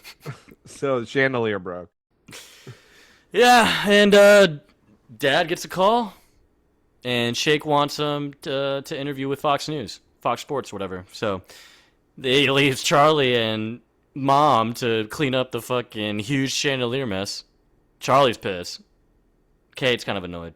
I was gonna go see Beth, Mom. Charlie, just help me clean this up. The neighbors we now see are walking away. They're, oh my God, we have one perfect child. Those are hooligans. You don't hang out with trash. Mom, they weren't so bad. I said, don't hang out with them. We now cut to the next scene. The whole yard of this beautiful home is now destroyed, thanks to the 12 kids. I'm sorry, 11, but I'm including the dog. With Yep. this scene happening. All right, so once again, shout out to my wife. This is probably the funniest scene. And I don't know if Joseph noticed, but this may be the best scene in the whole first half for me. Really? Strictly because what we have is we are inside of the home where Mark is in his haunted room. This room has a secret compartment. The secret compartment turns out to be a slide. Joseph, are you on where he is at the top of the slide? The top when he first goes down on the first Correct. slide? Correct. Yes. Okay, good. I want you when he lands, when he like goes to the stopping point of the slide, look how hard he hits the floor. Yeah, he crushed his beans No, want because he had them in his hand. it's because he's a doll. He's a doll. That's why he You hits think the Mark is a floors. doll? And the scene they used a stunt double doll.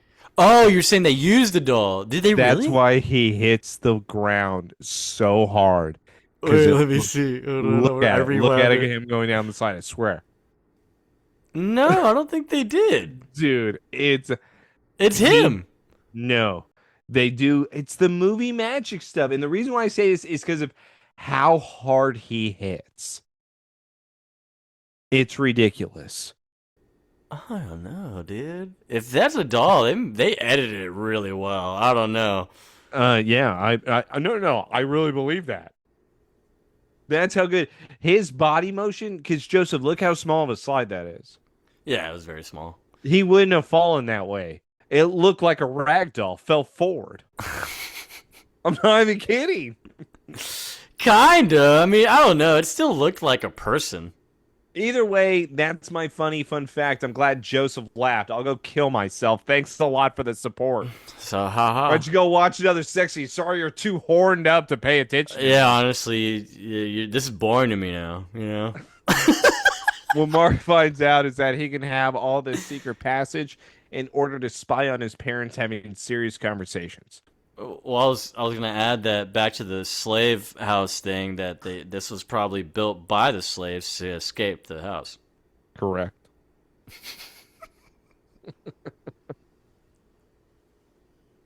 But yeah, we get our first glimpse of Kate mentioning like, "Wow, you're so busy with work. Why aren't you eating dinner with me every night?" He's like, "Hey, forgot I got the dream job. Remember, I'm so busy." Yeah, then- deuces. Yeah. So how long has it been already since they moved in? If A week or two? No, I would say a week. I would say that them showing the yard that dirty had to be a week. I just don't know where they moved. It seemed. Wait, no, Joseph. May was when they did it because they said they were taking the photos. Yep. Now we have in this scene Tom, aka Charlie, saying that he has to sign up for football practice, which would mean this has to be August. Oh wait, Jake just said while they went out to the porch, he says because they see the random lady walking her child because they're on a leash or whatever, and she's running, and Jake goes, "Well, this is day 14 on the alien planet." Damn, so I was completely off on that. Nope, yeah, just 2 weeks then. So I was close.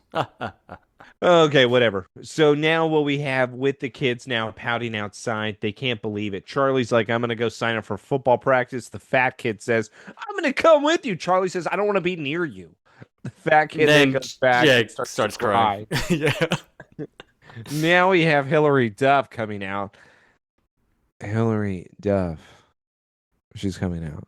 Yeah, so anyway, Sarah, Allison Stoner says, I'm so bored, I don't know what to do. And she goes, I could give you a makeover, Sarah. Give me a makeover. Okay. All right, look, dude, it's only because it's DC. All right. I'm sorry. I'm going to give you a fun fact, okay? I don't want a stupid fun fact. Is that okay? Because By the way- Allison Stoner is probably the next famous one that came from like child actors out of all these. Missy Elliott's music video. Well, yeah, of course, and Step Up, of course. She is known for playing Batgirl and Barbara Gordon in like animated DC stuff. She did it in Young Justice. She did it in Lego DC Batman. But yeah, she's known for that. But she was also Kyrie in all the Kingdom Hearts. And wow, isn't that something? Because we were just talking about that. Shout out O3! Well, she has a special place in my heart now. Yeah, Allison Stoner fucking rocks, dude. I know Jesse McCartney is one of the voices too. Oh, he's Roxas. Ah, yes. Let's go back to the movie now. All Let's right. go sign up for football practice. Hey, what's up, guys? I'm Charlie. Look at my fucking guns. Yeah, you see my hat? Yeah, I'm from Midland. It's a M. Midland, you know That's that, an bro? M. That's an M. Charlie's M. trying to sign up for football practice. Tom Welling. They say, hey, you can't be signing up for football practice. Offense or defense? I'm quarterback. Obviously, I won state championships with the Crows. Maybe you've heard of them. Oh, you know what? You don't look like no quarterback to me. It's Division 4A right over here. You know what? Put me at fucking cornerback. Corner back. You understand what I'm saying? By the way, I don't want to see that hat again. That shit out of here. What kind of scout is this? This is such an asshole. This is small town. No, this is Chicago, Taylor. Which is why he wouldn't act like this. A small town coach would act like this. That guy would not. But what we do have is cutting to the next one. I was not exaggerating with that scene. Cutting to the next one, though, we have Tom being interviewed as the Spartans head coach going, we're going to whoop some ass. Stallions, dude. Okay, come on. Nitpicking. So now we see, though, that Hillary Duff and Sarah, all the kids, they're watching on the bed with Kate. Hillary Duff's then turning to Sarah going, at least we get to see Dad on TV, right? Sarah, stop breathing on me. Your breath smells bad. So we got a solid team here, guys. We got the support system at home. Also, kids, get your asses into bed. Tom, calling them out from the TV. Absolutely amazing, father. All of a sudden, Kate, listen to your dad. Get your asses into bed. All right, so yeah, Mike answers the phone. He's like, Mom, I think someone's calling about something. I don't know, something. Give me the damn phone, Mike. So, Mom gets some exciting news from her friend Diane. Tom comes home. We start to spill the news. Hey, guess what? Also, before that, Hillary Duff, Lorraine. Hey, it's is, like my favorite Hillary Duff scene. Yeah, she's literally like, all right, focus on your navies and your grays, because navy is muscle, gray is smart. Choose either, and you'll rule the boardroom. So yeah, basically Lorraine is helping her mom with fashion. Okay, so then Mom spills the beans to Dad and is like, hey, Diane Phillips called. My book's getting published. Woo! Didn't I tell you we've had it all? You've never said that. I'm saying it now. We're having it all. Yeah. Oh. And then he's immediately popping an erection because he wants to bang his wife. And in Hillary front Duff of- is watching. In front of Lorraine, yeah. She's like, okay, can you guys wait till I just leave the room? And he goes, can you hurry? If you were Hillary Duff, would you watch? What is your problem? What is your deal? What is your deal? Jesus. You completely switched. No, no, she wouldn't watch, Your dude. face though went from happy to completely upset. What's your deal, dude? You're a lunatic. Oh. All right. So, So what really yeah. happens though is they have to talk about it because her book getting published means that she's going to be in New York for 3 days. Tom, I'm going to be able to make this work. In real life, if he's a new head coach, he would never be able to make this work. This is an impossible scenario when it comes to it, and maybe in today's world. But I would have actually, and if you want my honest opinion, for how Shake was in his office, I really would have probably told my wife, let's do your thing. I think my thing can take a back seat still. Let's do your thing. The only thing that's holding it there is just the housing, the tuition. It's all those perks are truly holding him to the job. It's just for me, this would definitely be impossible unless we have an older sister. Nora? Let's use our firstborn. Does that sound good? Sounds good to me, but she has that idiot boyfriend. Let's go to the next scene. Hell yeah, dude. I love this song. I'm gonna play it actually, if you don't mind. I fucking love this dumb shit he makes up. It's almost like Jackie, take me backy. All right. Every once in a while, I carve a pumpkin with a knife made of lollipop. Stay here. What is that? What was that song? I totally miss you guys too, but you don't have to find a real job. That's Nora's boyfriend, Ashton Kutcher, in the background singing while she's having to now talk to her parents. They're wanting her to babysit. She's then looking at her boyfriend. Come on, honey. They're wanting me to babysit. Absolutely not. We're not doing that. Okay? Come on. This is my family. It might be Please. fun to babysit together. What are you going to do for me? No, I'm not. No. You know what? The last time we visited, come on. They set me on fire. Yeah, They it were was just just your pants. playing. Yeah, it was just your pants. He's like, honey, I'm an actor, okay? And sure, last time it was my pants, but what if this time it's my face? This is the moneymaker. I'm not that good of an actor. I know that. I know that. This is what you sit on. All right, honey? And then she goes, please, please. And he's like, you know what? You God damn it. Fine. We'll do it. One thing But happens. anal for 2 weeks. One thing happens. I'm gone, and we sleep in the same room. Yeah. So. Would you allow this, Joseph? Yes. Just fucking sleep in the same room. God damn. I agree. It's I need help. 22 She is as well. Boom. That's what it is. I'm so desperate for help that I'm going to allow it. Like And that. I would really set a big warning because for me, with him being in this position for the job and with mom going away, I would set a very strict. Oh, dude, thing I'm up. gonna whoop ass, bro. If you mess with Nora or her idiot boyfriend, I will come down on you so hard. You will be grounded, no allowance, no anything. You're going to school, coming home, locked in your room. Yeah, like Harry Potter. Yes, he had it lucky being under the cupboard. So, Tom then goes, she'll only do it if they sleep in the same room. And mom, Absolutely not. Yeah, Bunch like, of whores. are you kidding me? God, my daughter's such a slut. Jesus. And what I love, just to let you know too, is that what it seems like Tom wouldn't care. He wouldn't. It's just more annoying because I think it's more so like she's You're old the enough, one- yeah, but No. I think You're it's because the. leaving. Hey, you're leaving. I'm the one that needs help right now, honey. So Oh no, I don't think it's anything like that because I think Oh, he. no. I would do that. I I'm think gonna it's just tell you. because he doesn't care for Hank that much. Well, yeah. It's like I don't want to give that guy the opportunity to just have the privilege of sleeping together with my daughter in my house, like, because I don't. If this was like if he liked him and it's like, oh, that's gonna be her husband for sure, then he wouldn't care. Mom probably still would. I'm not gonna lie. How bad do I need the help?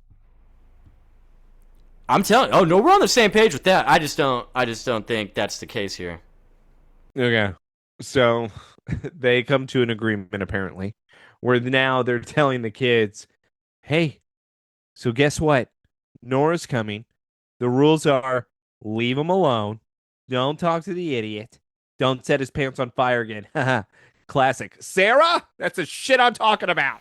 Yeah, hey, don't do that shit. All right, they walk away. Sarah's like, yo, do you think that dad was like kind of bullshitting about the happier and stronger family? Because I think so. You know what? I think he's being a selfish dick right now. So you know what I think we should do, guys? I think we should fuck with Hank. I think we should do exactly what they told us not to do. Yeah, he hates kids too. Oh, the twins don't even care. They're just playing. You know what? Nora's blind to his evil. We have no choice. One of the twins are talking right now. All right, but we got 48 hours to make a plan. You know who doesn't talk? The fat kid. So with them, Well, we don't need him talking. Yeah, exactly. But even Mark, the one that's apparently Totally retarded. is the one that's talking. So with them now, they are coming up with a new devised plan. What is that plan, though? We're going to find out here shortly. Instead, let's go to apple smashing. What's that? It's where the kids throw apples at their dad. Apple smear. Apple smear, and he hits a baseball bat where he slams an apple back at them. With a tennis racket. Sorry, wrong device. So he hits a tennis racket at them where they're getting apples splattered. Apparently, this is a very fun game. Maybe when I was a kid, I thought this was fun. So in all fairness, that's what the point is. As I'm an adult, I was like, I would never do this. So with Honestly, it's a good way to start off as the only dad is covering the kids so far. Like, let's play some apple smear. How about we don't do that often? I know, it fits. I just would never do it. So with them playing this game, we have Nora and Hank pulling up in his lovely LeBaron. The kids then see, oh my God, Nora's here. Hank then gets out of his car. Yo, LeBaron. Don't touch the payments! Freshly detailed, Tom. Can you tell the stupid Your idiots little to... shits out of here, okay? Get them out. Yeah, and he's wearing driving gloves. God, I fucking hate this guy. Hank By the way, sucks balls. I've already hated the way he talked to me. So as I'm Tom, it's kind of strike one. You know, Tom, listen, I'll handle him. Don't call to me like that, okay? I don't like you that way. I do like Nora's gift to her mom. Because of her deal, she got her a nice like a bag briefcase. Pretty cool. Yeah, very cool. Hank paid for that with his money from the commercial. Okay, so before we start this prank, why does Mike squeeze those sponges out? What do you mean? Because Sarah, then once the parents and Nora go inside, Hank is lagging behind. Sarah goes to the kids, "Yo, it's game time. Let's start the plan." And everyone gets in their positions, but Mike goes to the little kiddie pool. Yeah. Takes the sponges out and then like wrings them out. But why does he do that? Because Mike was dropped on his head at the beginning, Joseph. What's your Oh, other question? my bad. He was doing karate by himself in the hallway of that Midland You seem house. to be confused because we see a lot of this from Mike, spoiler, in this whole movie. That's true, yeah. So, yeah, Mike, he just drains those sponges for no reason because he just puts them back in the pool. Everyone's again, set up, it looks like. Mark's called the FedEx and the R word, but this kid is the real issue. I think so, because he did nothing. And so then Sarah distracts Hank by throwing an apple at him. Jake gets his skateboard and starts going up to like basically pop an ollie, but does it right in front of Hank. Yo, Hank, bro, you're in my way. Hank's And like, so whoa, he freaks out. The twins pull up the hose. They trip him. He falls into the pool. Mike, way to go, bub. Is that piss water? What kind of water is that? So That was murky? the only thing I could think was in those sponges was that it was some type of piss. So yeah, he's now drained. He's soaked. He's literally soaked. And they're like, "Oh yeah, phase 1 complete." And If so I'm Hank, I'm going home. yeah, I'm going home now. I gave you a chance. You didn't like even Nora, last you 15 can seconds. babysit by yourself. Yeah. Why don't you give the gift to your mom? I'll see you later. Yeah. So I love this scene. This is also something I'm gonna play because this used to be the funniest shit to me. Sorry about your clothes, Hank. We'll have them dry in no time. Sorry about your clothes, Hank. They have to dry in no time. It's absolute best, dude. I fucking love that part. Ashton's just so good at comedy, man. It's ridiculous. So the kids just keep staring at him, but Jake, Sarah are busy taking the fucking ground beef pile, just chunks of it, and then putting it into a bucket in order to soak Hank's underwear in said meat bucket. And apparently it stinks because the kids are clogging their noses with like tissues and stuff. So it's like, They stole all the hamburger meat. That's too big of a pot. that's too big. Absolutely. Look how much hamburger meat is in here, Joseph. That's a trash can. That's not even a pot. Like, there's not going to be enough food for everyone, right? Like, Where did they get all the meat? I actually thought that was them stealing the meat for months. Was that scene that they were showing? I don't know, man. It's like, what made them just go, you know what? We need more. It's not enough. They just kept going, get handfuls. Like, I don't think it's enough, guys. Maybe Mike was calling the shots. He was like, yeah, we need more for sure. And they're just like, yeah, Mike's Just keeping track of how much meat we. Mike's just like, yeah, keep bringing it. We need way more. We need way Mike, more. We're Mike, soaking one pair of underwear. Yeah, how's- we need more. How's this possible, Mike? I said more. You're not in charge of the meat bucket, are you? I am. Get more meat. I think what's so great is that we've determined that Mike can speak very clearly and talk to them normally, but he's just dumb. Right? I think that's the case here. Because I think that's why everyone just fucks with him. Because he sounds normal, but he's actually dumb as hell. The issue is I don't think they've realized how dumb he is. Yeah, it's like it's almost like it's fucking with their heads. They used a broomstick to put the underwear in the meat. That's too much meat.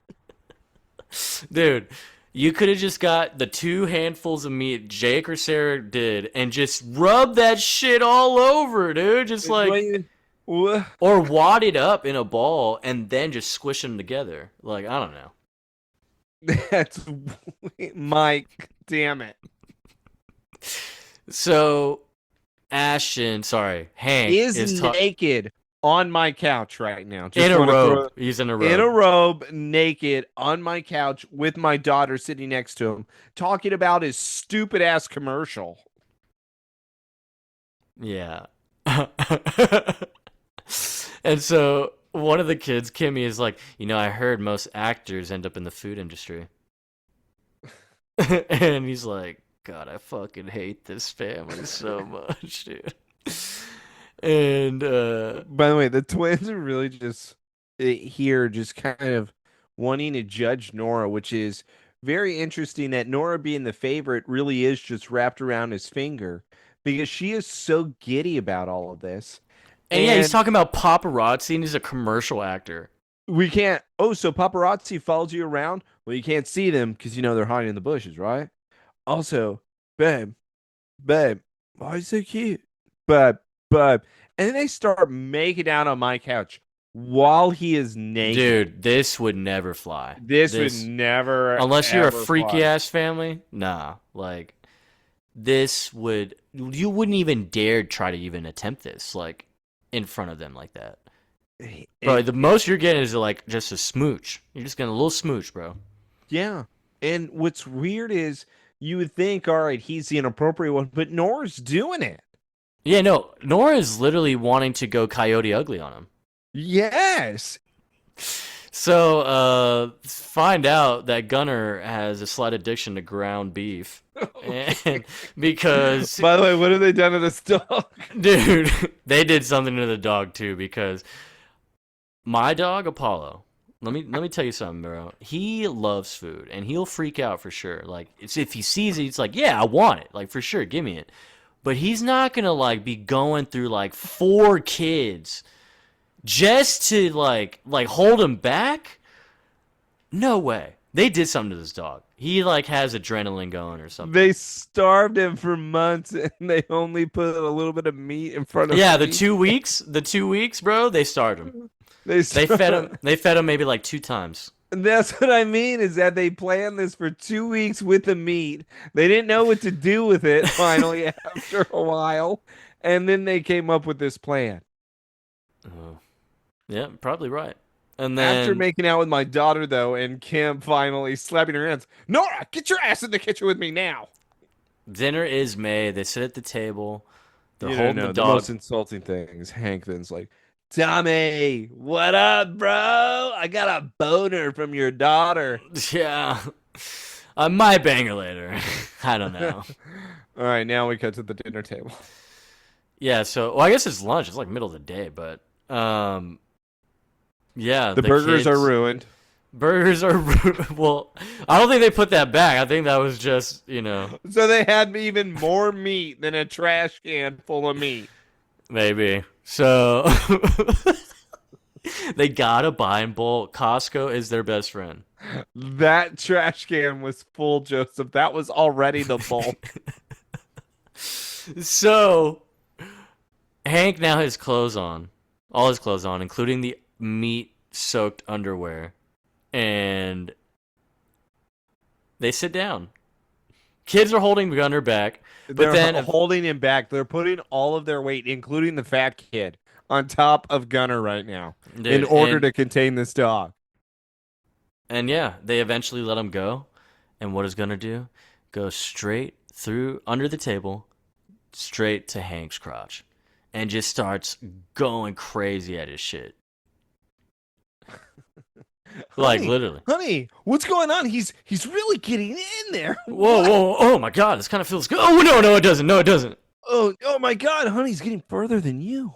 Oh, ow, that hurts now. Gunner, get off of him. Everyone at the dinner table is laughing. Yeah, Charlie included, Lorraine, like everyone's laughing. By the This way, is funny. Charlie could whoop this guy's ass. He probably has, or maybe he's going to. I don't know. But It's all you would have to do is just tell Charlie something, have Charlie kick his ass in front of Nora. so Nora then gets mad and turns around at everyone and is just like, "You fucking assholes!" And because the Soaked kid, his underwear in meat, huh? and so they walk out, they leave, and she's like, "You need to understand, this is my life. I live near. Yes, y'all live near me now, but no, it's mine, not ours, mine. All right, you can't just keep doing this." By Hank the then way, starts every running dog out. in the Yeah. neighborhood is about Starved. to go. He's like, yeah, I live with Hank now, and that's how it's gonna be. I gotta go save him from the dogs. Fuck off. And then Hank is literally trying to bark back at the dogs to get him off the car. So I had a shot for a babysitter, and this is what you kids did. Yeah, and also all these dogs just ruined the paint on my car. Don't worry, my dad will pay for it. He's rich now. And then he says, "Good, because I'm sure paying for your family." What does that even mean? I'm not sure. And they drive off. All right, cool. All right. I'm going to make this as easy as possible for everybody. I want you to please do me a favor. All the kids are in a row. Not Charlie, though, or Lorraine, if you notice. All the kids are in the line. And he says, I need you guys to tell me. I promise, I'm not going to hit you. I promise. All right, so. He has a stick in his hand already. Seriously, guys, all right. Who the fuck did that? He's like looking him dead in the eye, like, who the fuck did it? All right. All right, You- that's what he would really do. Yeah, dude. I would, line them up like that. I would literally look them, scan them left, right, real quick. I'm gonna be like, I need to know who just fucking did that right now. Yeah, He you're goes, gonna- meat soaked underwear. That is so wrong. You know what I would make them do? Drumline scene fits the time period. A drumline scene of them up against the wall doing the squats while holding the drumsticks out in front of them In the rain. and doing the cadence. Oh shit! Yep. Mm-hmm. Why is that? They don't have enough black people over at Georgia Tech.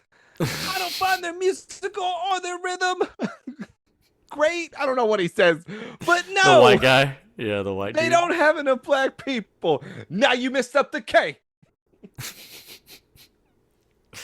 All right, dude. This guy needs to chill out. He's going drumline on Chip Your Love a Dozen, bro. That's crazy. Hold on, that fits the time period. Look it up. Also, to go back to your thing with Charlie and Lorraine, well, yeah, of course they're not included in this. They know their asses wouldn't be doing some dumb shit like this.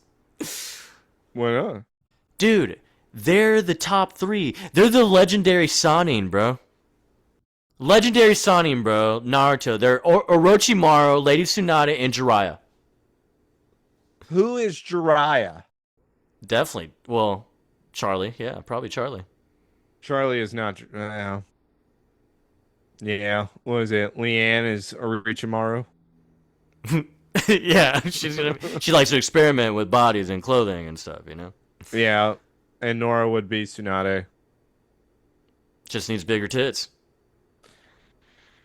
We can only dream. No, see, you can't do this. You can't put those things in. People think I'm a terrible person by this point. I've been calling a kid fat the whole time. People are so offended. Dude, they're gonna be like, your son's gonna be fat, Taylor. That's what you get. And your daughter. And you know what? I hope so too.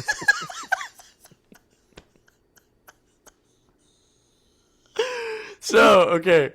He's trying to find out. He's like, who was the mastermind of this little plot? Also, why are the boy twins in the cowboy outfit? By the way, the boy twins step forward.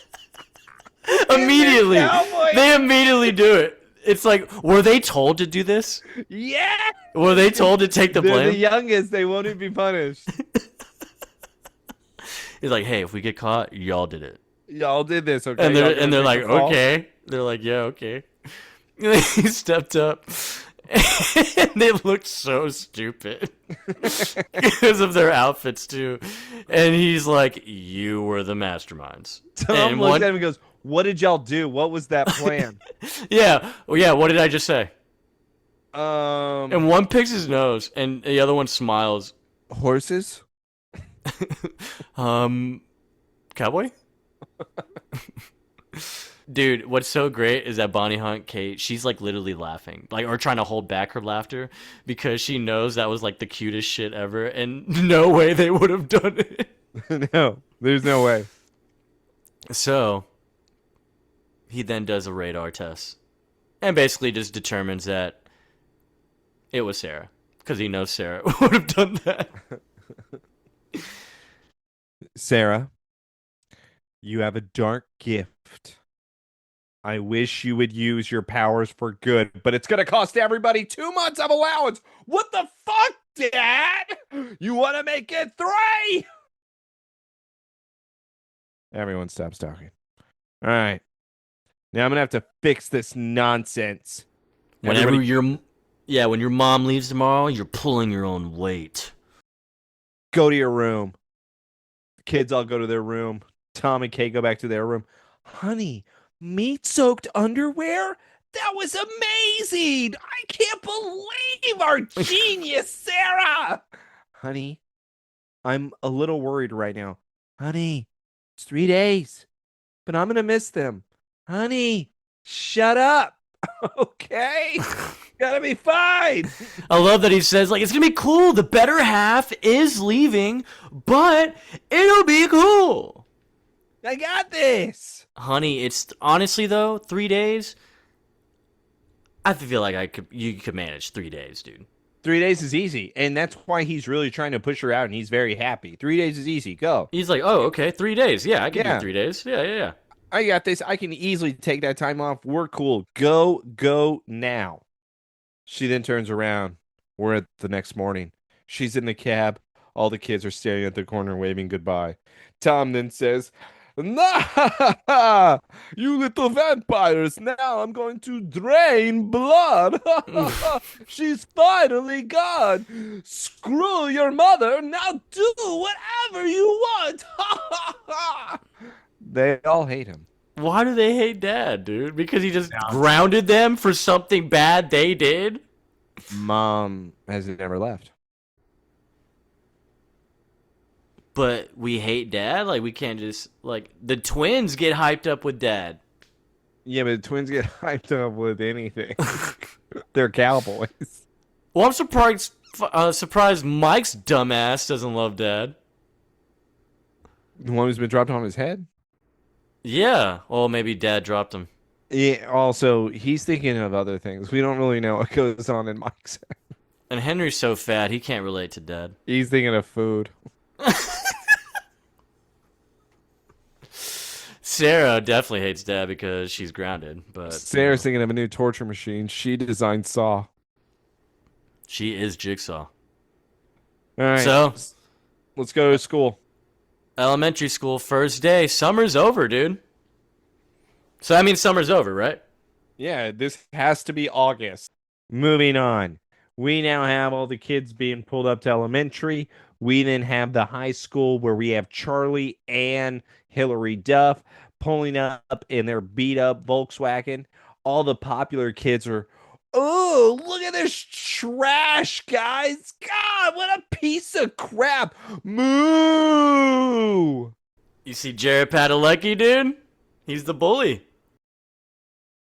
This is not even like a good insult. This is just, what do you mean, moo? Look, looks like he's the loudest one of the herd. Huh. Leanne now, she puts up a fight. Hillary Duff. Charlie, though, I don't even know what he's doing. He must be thinking of Beth's tits because he decides to bump into the cool kid's car, setting off the alarm. Now all the cool kids are laughing. What a loser!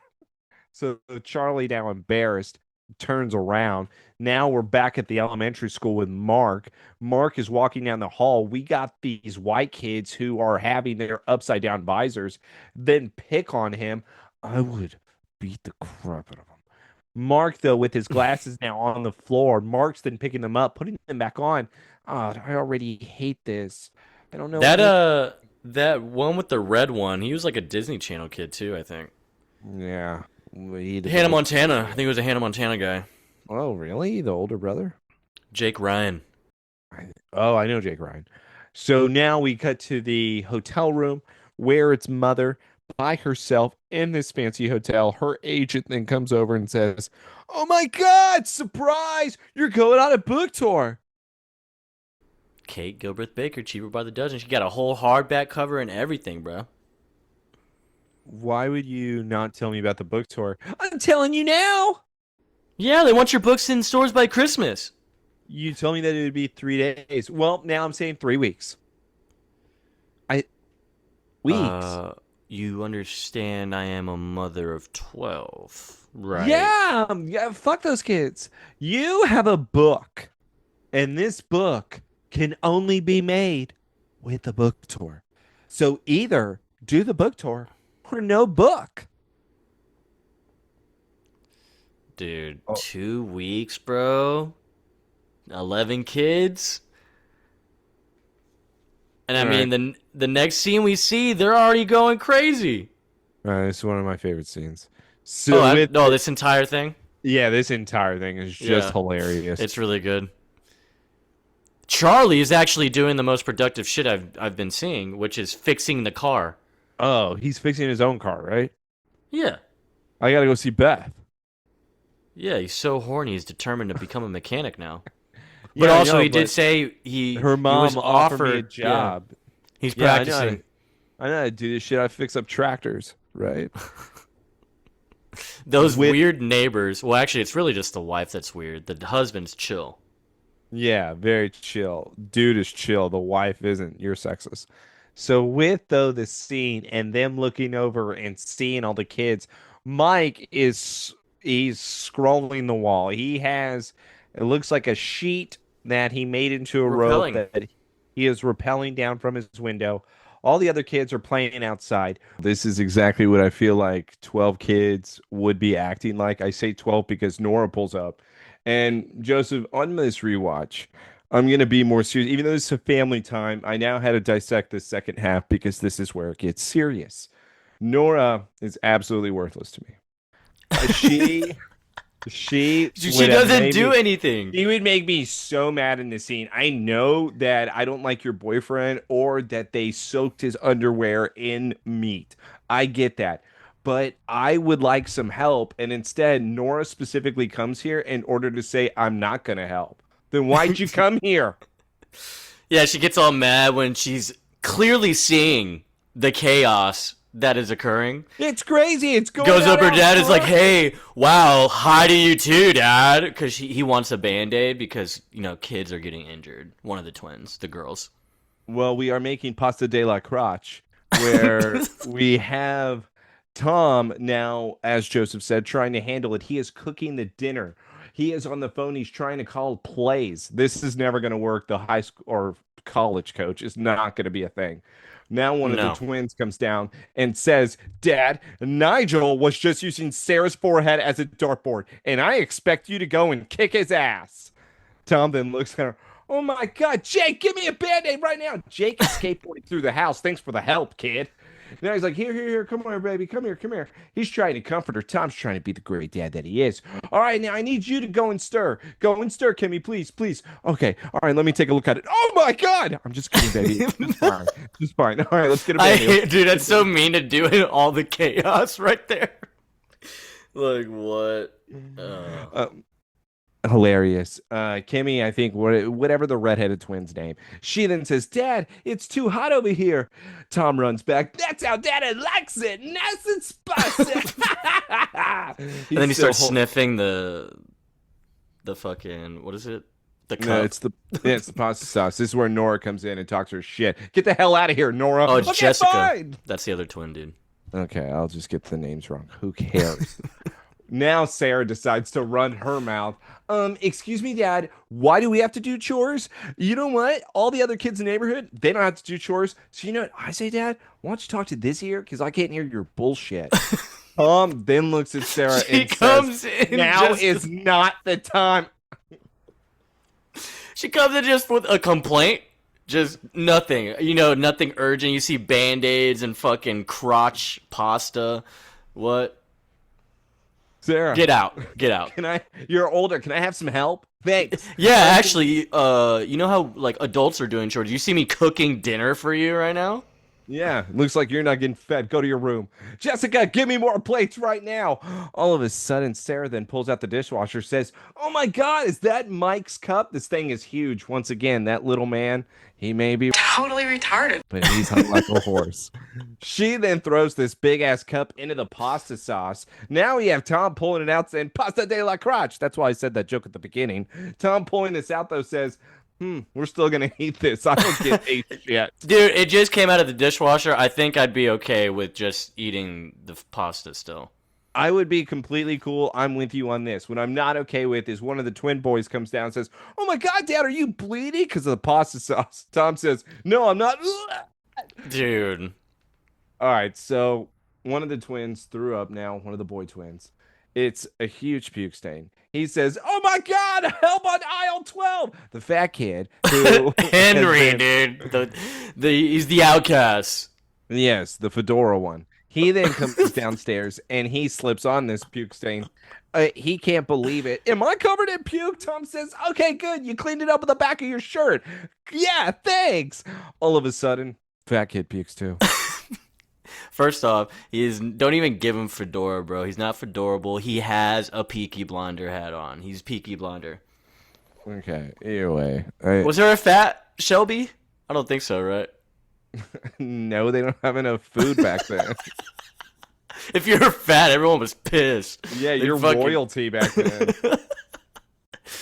So Nora comes back in with her non-helping ass, just saying, hey, Dad, Jake put a bucket on Jessica's head and it stuck. Oh, by the way, here's that stupid Band-Aid you immediately demanded from me. And when you have a moment, can you let my parents know that I came by to tell them I got a job today at an ad agency? Yeah, where's my glory? Where's my praise? Nora. Hey. She just leaves. So here's the thing, Joseph. Here's the thing. I feel like I would even understand this. I think if you're 22 years old and your father is having to watch all your brothers and sisters all by himself, and you see clearly he's struggling with pasta de la crotch, and you think storming out and throwing a fit is the right time at this moment.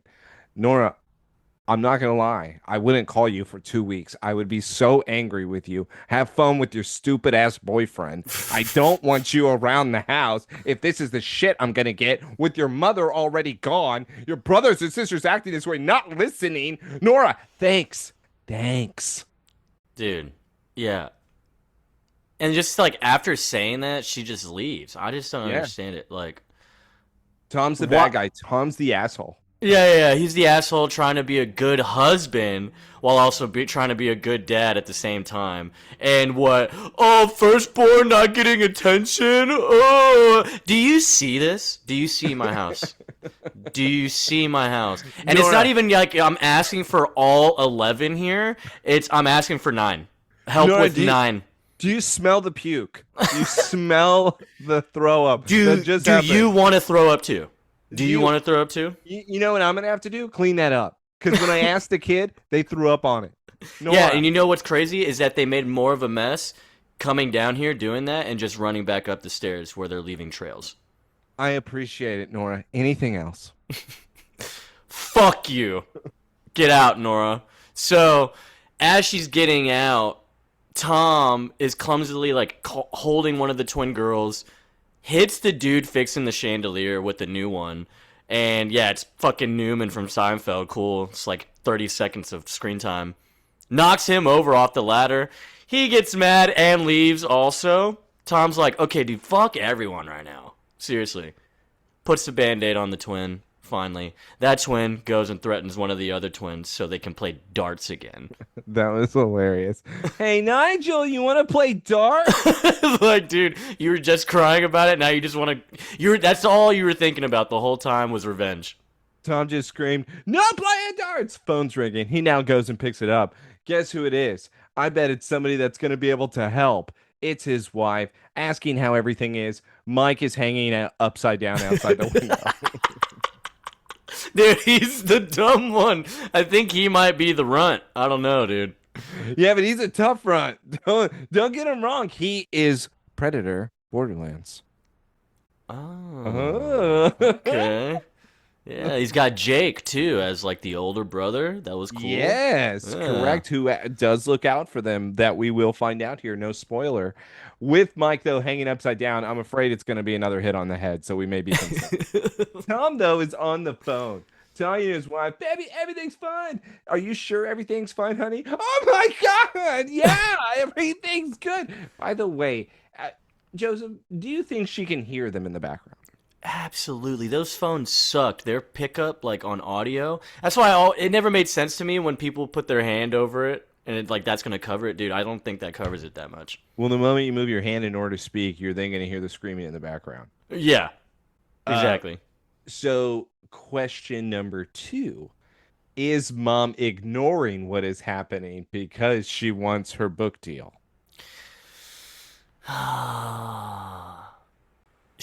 Well, maybe she is ignoring it.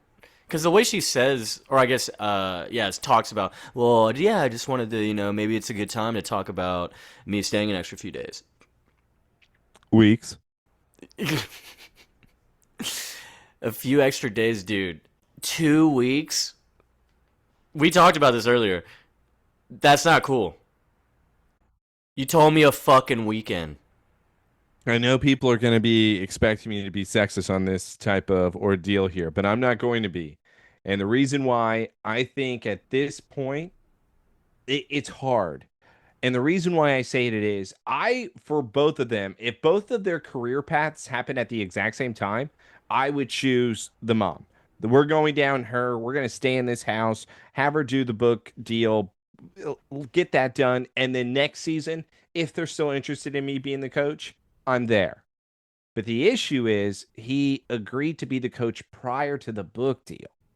And the 2 weeks, she should have yeah. known, especially with him having this type of job, there's no way he's going to be able to do it. Yeah, that's How a would good he be point. able to I mean, do is it? she going to be paid that much though for the book tour? Because I don't think she's getting paid right now. I wouldn't care. It's like what I said. Her book tour is not going to last more than a year. I'm doing Division 3 right now. It's not like I'm trying to make the big bucks over here. And if Well, my I think friend- this is the book tour though, the 2 weeks. No, So no, actually- it is the book tour. My point is, if they were to happen at the same time, you choose the wife's path. Yeah, 'cause it's shorter. Yeah, it's shorter. Because Well, they you can't didn't- take a leave at work as the coach. No, not when you're a brand new college football coach having to be introduced to your new team. Are you Out for kidding 2 me? weeks though? Like imagine. Just Nope. even maybe a 3. Nope. It would be impossible. I'm not right before a season starts. Absolutely not. Right before training camp. No way. I think I don't know, we dude. should I have think we could put the pull it book off. tour on hold. Yeah. No, that's a fair point. I didn't even really think about it like that because yeah, they could have just swapped. Oh yeah. If again they haven't said, you go with book deal. I'll But see, do the thing is, consent. though, the incentives that came with his job, though, housing allowance, fucking the kids go to school for free. My last argument for it, Shake sucks so fucking bad that I would never trust him nor want to do anything with him. Like to add, as in, it's okay to do the book deal. Because Correct. he sucks. Correct. It would be okay to do the book deal over it. Shake sucks. That was my last and final argument. You know, it's fair. I'll go with that.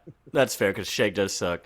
So I guess long convo short, he basically, it clearly looks like he's not okay with it as he's attempting to hide from all the chaos with the kids. He hides himself in one of the closets. They're throwing axes to the doors. And yeah, he's basically agreeing. He knows he wants to make his wife happy, so he just agrees eventually. And she goes, wow, okay, well, as soon as it gets crazy, you tell me, and I'm straight home. And he's like, no, you're good. It's all good. He's crying on the phone. He's basically crying behind that smile. And she asked to speak to one of the kids, just literally anyone. She just wants to hear one of their voices. And he says no and makes up an excuse because they're doing homework together. This Oh, is oh, a oh, red oh. flag. You should Yeah. know it's the mom that he can't find one. Dude, he can't just pick one, but that means because the kids are just going to spill what's been happening, and she'll immediately come home. That's why he has to lie. Then you hear, take it like a man. And we cut to the next scene.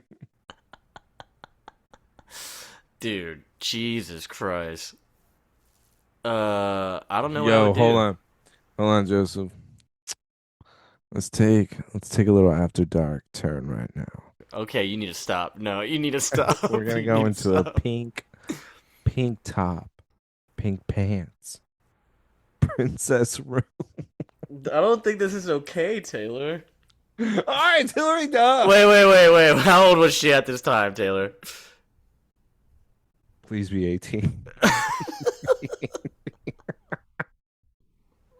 I'm finding out right now when her birthday was. I don't think she's 18. I asked before Wait. this podcast started if this was okay.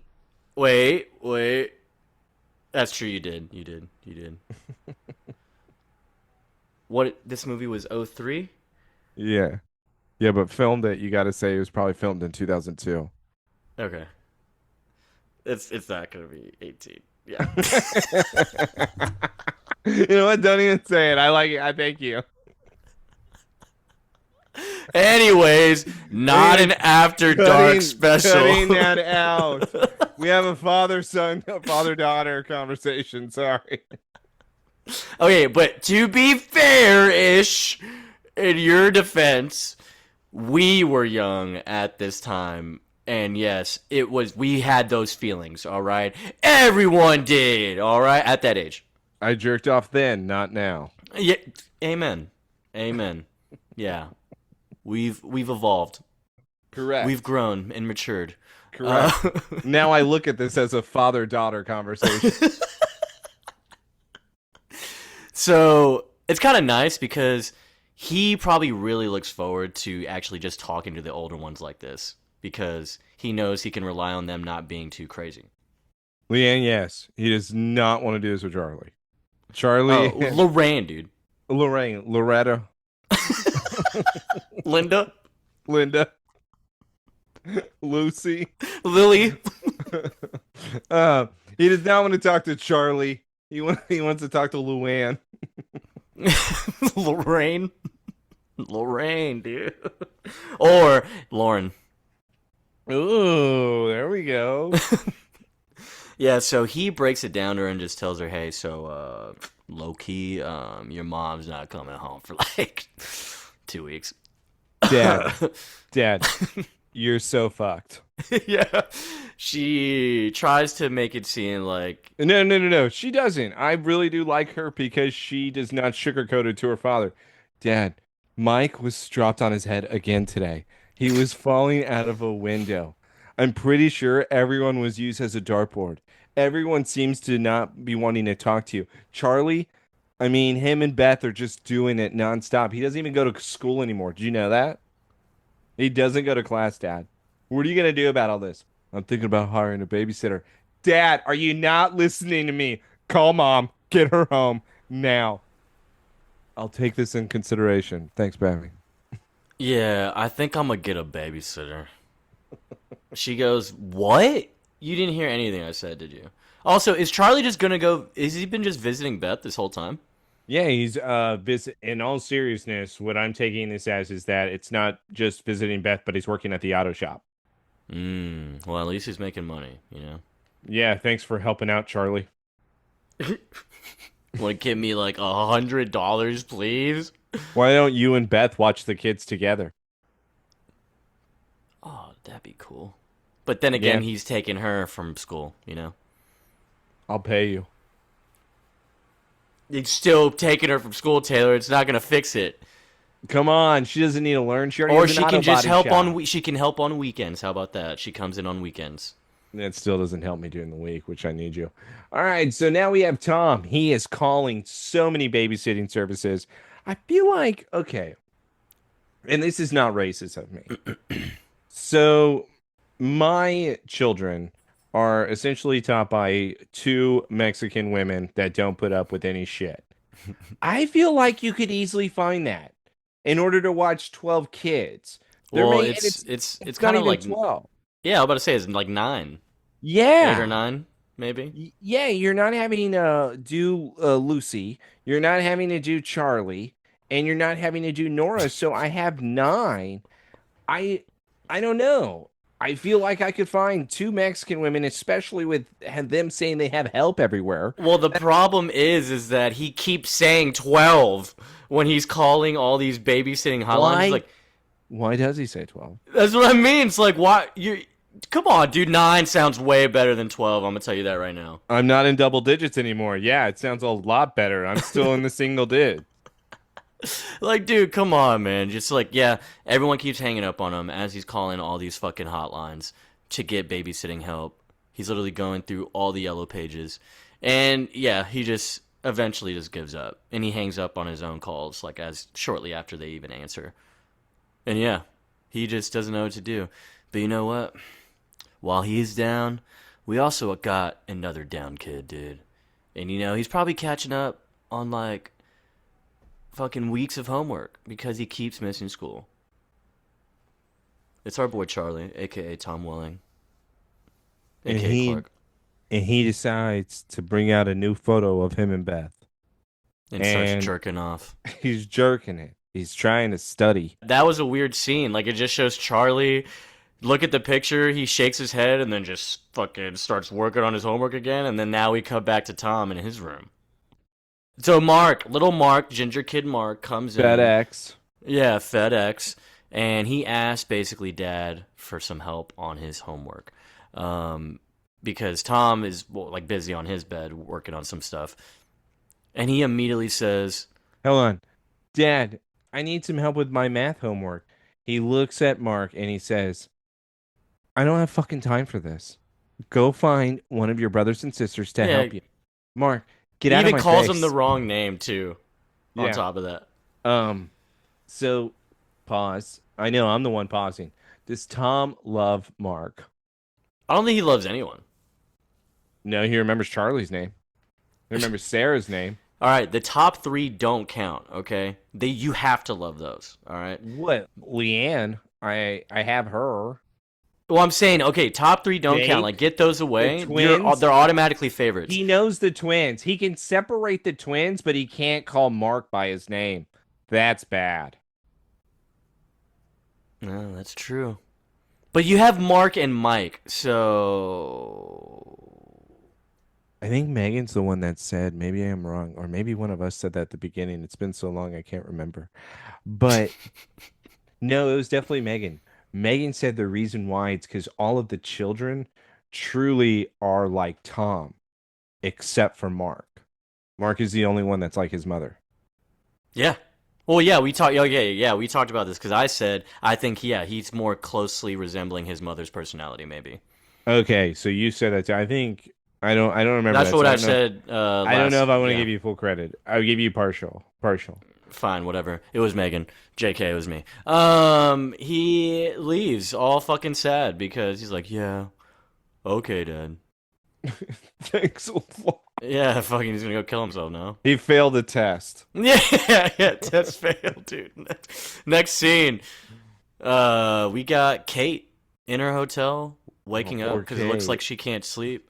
Yeah, Oh, poor yeah, Kate. poor Kate, because she's Oh. calling, Hey, can I can't room sleep. staff, can I ice have- cream and cookies brought up to me? yeah, can you add that to my 12 pillows order? What is wrong with you? I understand you have kids, but there's no way you have 12 pillows on your bed for each child. Well, Tom would be 10. She should have 10. Oh, Yeah. gotcha. Yeah. Unless So- we're also counting the dog, 11. Actually, you know what? I'm going to give it a little bit I more give- fairness here because she probably has only slept in her bed for I don't know how many years now, like with all of them. So it's like this probably is very unusual to do so consecutively. It'd be like the Count of Monte Cristo. She can only sleep on the hardwood floors because that's what she remembers when she was in prison. Fuck yeah, dude. Yeah. So the next scene, Charlie's a dick. Reads a note that Dad left him. Hey kids, Lorraine and Kim, you're in charge of breakfast. Henry and Jake, lunches. Charlie handled drop-offs. Did Charlie So- handle drop-offs? Yeah, he did because Lorraine literally says they did Oh, in this next scene. Because yeah. the weird bullies, This the is weird not a burn. because you just see Charlie and Lorraine getting out of the car and they're like, "Oh, dude, come on, we're gonna be late." And the bully's like, "Ooh, Jared Padalecki, yeah, cute car seats, man, fucking pussies, Hey, you guys fucking? yeah, incest, whoa, freaky Car kids." seats! They're for our brothers and sisters. Yeah, we had to take our our siblings to school. What the fuck? You guys have that's okay sex with with you. cows. Moo! What happened? Did mommy and daddy go back to the farm? Oh, man. Oh. And then, so now we get Cal coming Yeah. out, dude. This Clark isn't Kent Charlie anymore. Immediately says, "My Midland hat is what gives me my powers." I need that Midland. I need that M. All right, so Charlie starts hitting each and every single one of them at this point. They're all going down like crazy. Now we have the principal breaking up the fight. The kids say Charlie started it. Looks like Charlie's getting suspended. No, okay. That didn't happen at all. Chill out. Okay. Do you think anybody Oh, believed it? do you think Charlie could take on all these guys? I do. Farm boy strength. Dude, I don't think the city boys understand how many hay bales this man lift. Okay? It's a lot. We're not playing around here. You think you're gonna that guy, he kips towels not for fun, but just Yes. because it's a chore. Yeah, and he doesn't even tip him, dude. He lifts him like to move him. Yeah, have you seen him throw a tractor before? You seen him sneeze off a fucking barn door. Yeah, it almost killed his future wife. Yeah, dude. See, he's got too much, bro. Yeah, Legacy. yeah, it's too much. So All right, let's go to boys hollering Lorraine in the breaks locker it up. room. By the way, Oh. Lorraine breaks it up and just Why said, you "Yo, my scene? That I already got that scene. No, the principal didn't do it. I had to specify because you tried to fool our audience, all right? But we're trying to keep you on your toes. You know, you better be watching. Yeah, rated PG, right? Yeah, PG in the showers. Yeah, let's go. Locker room. Yeah. You know, they're just swinging their dicks everywhere, and Coach Tom is just looking through the window like, need some good boys, huh? Yeah. Somebody just put their dick on the glass right now in the back. Someone's pissing on one of the side of the windows. So, yeah, he's talking to, his assistant coach or whatever staff, and Charlie comes in. And this must be a different day because he's wearing a completely different outfit now. And he wants to talk to Dad. And so, what do you think he was going to ask him? To transfer? Hey, Dad. Listen, man. I know that you really like what's going on with this new job. Hey, Tom. Now we have Shake walking in. I don't care that your kid's here. Come on, we got the press over here. Get your ass out here, Tom. Everyone wants to talk to you. Tom then says, Charlie, we can talk about you banging Beth later. I got to go do this with the reporters. Charlie then is left there, and he says, wow, fuck me, right? I mean, kinda, yeah, because he just walked in. Like, you couldn't give him, 10 minutes of your time, bro. Yeah, I really would have given him 10 minutes of my time. That's a douchebag dad thing right there. Yeah, what? And also, this is your first boy. You know what I mean? Yeah, and he's actually mucking up the courage to take out of his time, because I'm sure they haven't been talking that much the past couple days. And he goes up to him. He already looks sad. He looked sad. And out of all the kids, I'm pretty sure we could say that he gave up the most. Absolutely. Relationship, years of a life being built, you know what I mean? And yeah, and he was, I think he was going to be like, either they just keep bullying me at school, this shit sucks, or I want to transfer back if possible. Yeah, Dad, I don't want to do this anymore. Yeah. Is that okay? But it turns out he then shit on his kids again by not showing up in order to pick them up at school. How late could he be, though? 5 minutes? 10 minutes? 45 minutes? What do they say, actually? Is it It's 45? minutes. Yeah, it's 45. Honestly, to the kids, bro, you know that shit takes forever. Yeah, how was y'all's day? Oh, besides the 45 minutes not being the high point, I guess it was okay, Dad. This place sucks. Okay, well, I'm glad that you guys got that out. Anything else? Yeah, Dad, look at my drawing. Mark then hands his dad his drawing where it says his favorite place, and it is their old home. Tom hands it back and says, you could have done better. This looks like Nigel drew it. So, yeah, that's cool. Tom is really forgetting where to put his emotions, you know? And Just it's not let you with know. the kids. All the kids are hurting right now. And you know what Tom says? I don't care. We're going to the next scene. Yeah, Shake, the real fucking douche, because we have Tom showing up to work, he's late, and Shake is immediately already meeting him, at the top of the stairs. He's like, I'm sorry, Shake. Sorry, I had to... As a kid, he's like, oh no, I know, Tom, you have responsibilities at home, whatever. But this is it. This is your shot, your moment, not theirs. Not those stupid kids. Tom, get rid of a kid. All right, if one of them dies, it's not a big deal. This is it.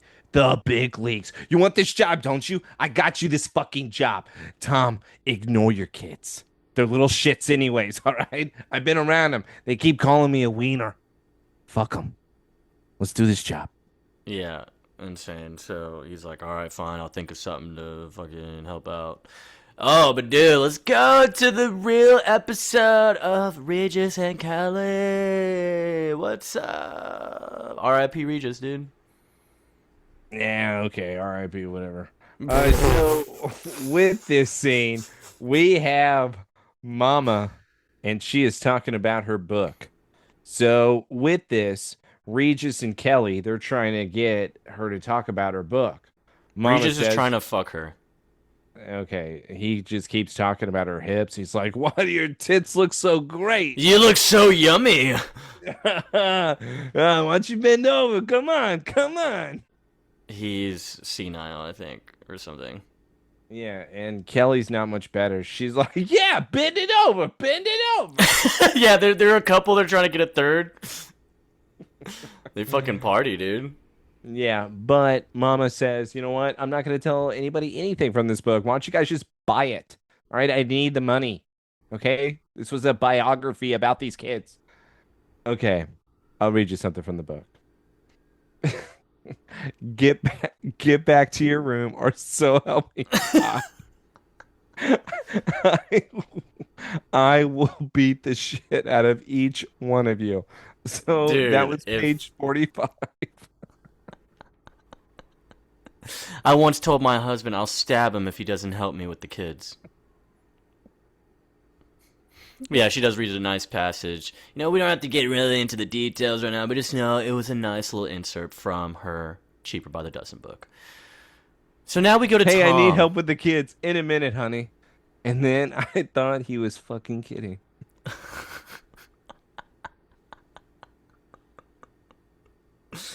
So Tom made up a plan to balance things out at work and at home.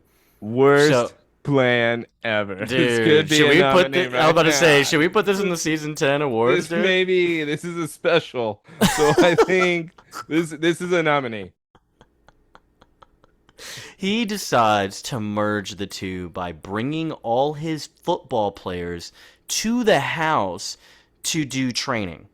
So now the house is the host of the training camp, which I'm going to tell you right now, terrible plan, like Taylor said. But yeah, Lorraine, Hilary Duff, comes out in a fucking green mask or whatever, skincare, looking like shit.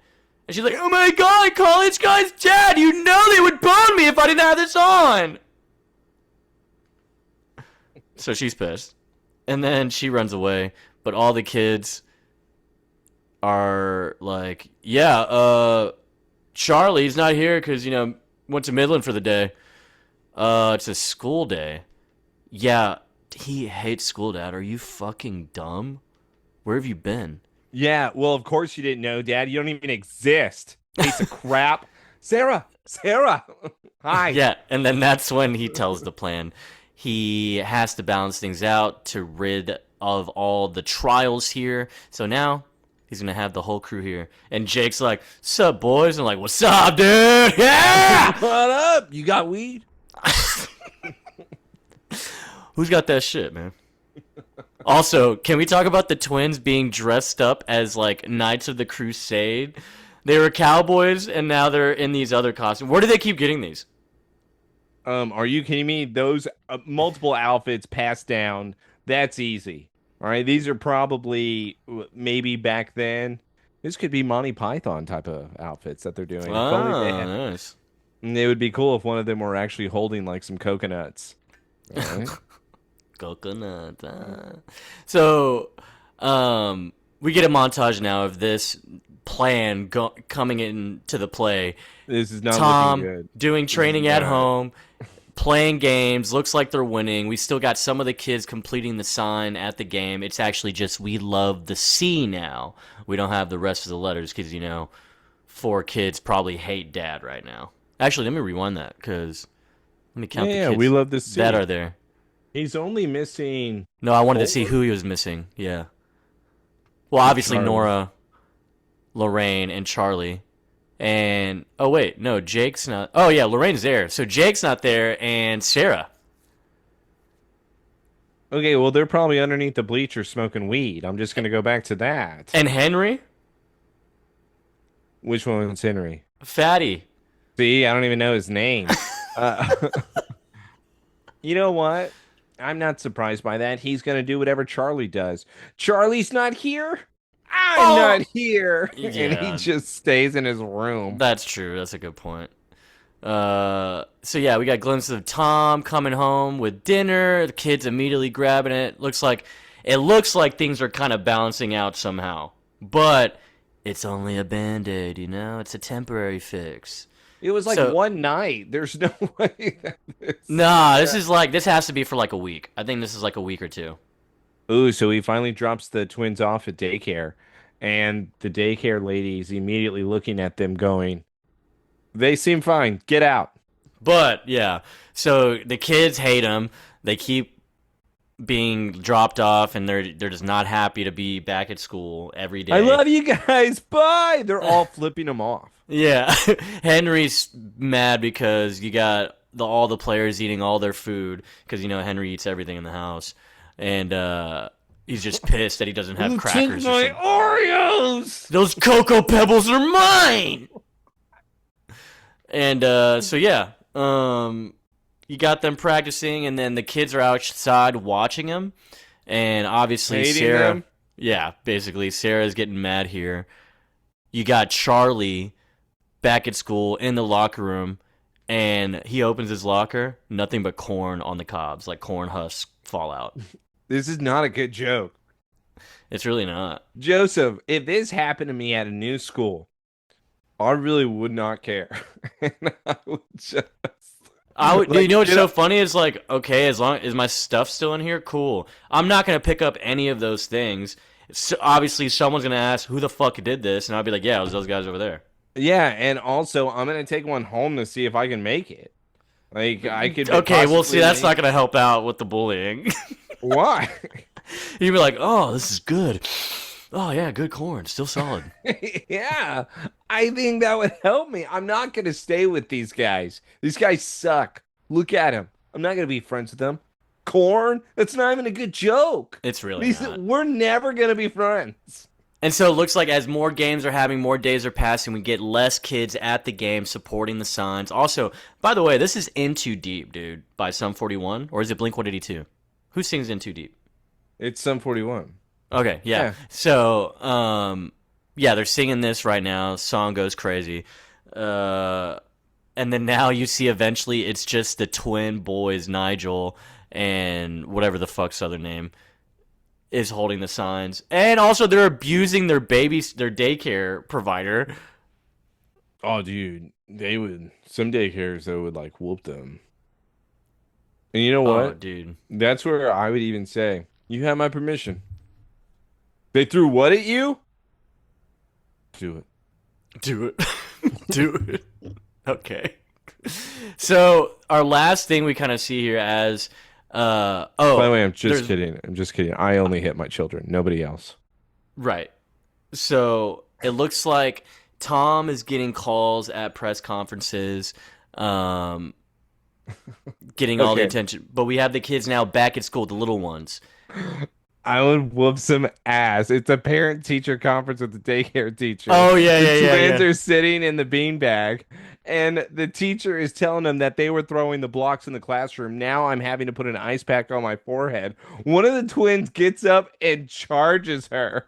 Tom has They to said, step off, Missy. What? Who's made you say that? By the way, Tom pulls the other one back and he's like, okay, we're not doing that. Dude, I would whoop so much ass at that point. I would be embarrassed and so pissed off. Yeah, and the twins would just laugh. They just laugh, knowing they don't even know what trouble is, bro. And so with the other kids at the elementary school or middle school, whatever, we see them walking in. The twins are like, "Oh my God, Mark, I feel like those guys maybe hit you or something. Do you hate them?" And he's like, "Yeah, they knocked off my glasses." And it's those weird Dude. And white kids. Mike is just looking for a fight. Oh, Mike's so ready. Mike is the ride or die sibling, bro. Like, if anyone fucks with you, he's gonna be there. Like, you call him, he will be there in 10 minutes. He falls on his head every single week, but it's okay because he's the one that will throw down. He's at loyal, any bro. moment for you. The He's like- smallest one. Dude, like a he was dog, ready.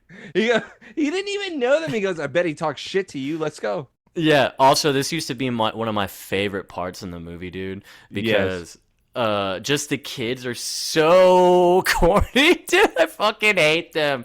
God. And so yeah. Jake, they all walk up together like they're about to fucking jump them. Jake is like, I hear you've been dissing my family. Dude, I don't even know your family, loser.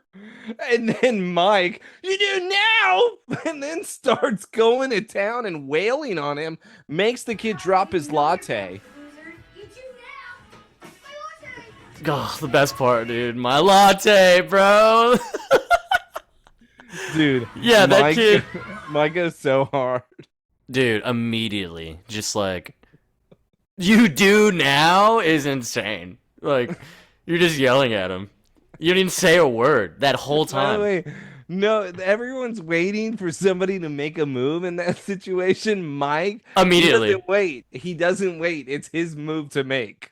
Yeah, like two sentences were spoken, and he said, "Yeah, we're going." And of course, what kind of even makes it crazier is that the sisters, the twins, they were so ready too. They They're took like- darts to the face for this. I was could like, do "Yo, this. honestly, let's do it. Let's go." And by the way, I kind of understand why Mike's cup was so huge.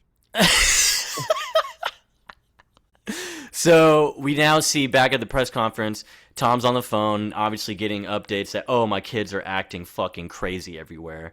And we see some dude who's like part of the press say, hey, Coach Baker, come on, Tom, give us a quote. What's up, man?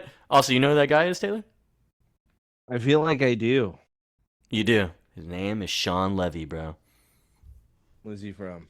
Dude, come on, man. He's directed like 10 episodes of Stranger Things, Deadpool and Wolverine, Free Guy, Adam Project, The Third Night at the Museum, Real Steel, Second Night at the Museum. Actually, you did all three. Oh, shit. Okay, I should know. Date Night.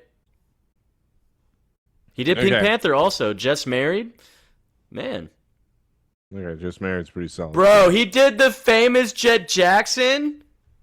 Famous Jet Jackson. He literally did the movie, too. Oh, yeah, he directed 46 episodes of Famous Jet Jackson.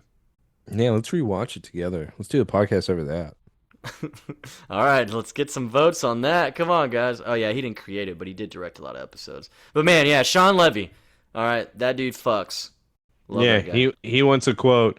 Obviously, Coach being on the phone with his family, all of a sudden this reporter somehow has so much say that Shake is over there going, Tom, you stupid bitch. And then we're going to the next scene. Fuck Shake, dude. God, that guy sucks, man. Tom's in the principal's office. Everyone's getting yelled at. Tom then is at his house. Shake then calls him, Tom, stop caring about your fucking kids. Now we're in a room where Tom is yelling at all the kids, saying, guess what, guys? Here's something new. You're all grounded. I don't even What's know if you can enforce grounded, this, old dude. man? Can you even enforce that with fucking 11 kids, bro? You know what grounded is? You go to school, you come to school, you do your homework, you do your chores, you go to bed, and that's it. That's all you're going to do. All right? But that's Sarah. What? Does it suck? Well, guess what? Suck it up. Yep. Does Because this mean they we also can't go to Dylan's birthday? Yeah. Dylan doesn't want you to fucking come, Jake. Shut up. he doesn't even know you. Now everyone go to bed.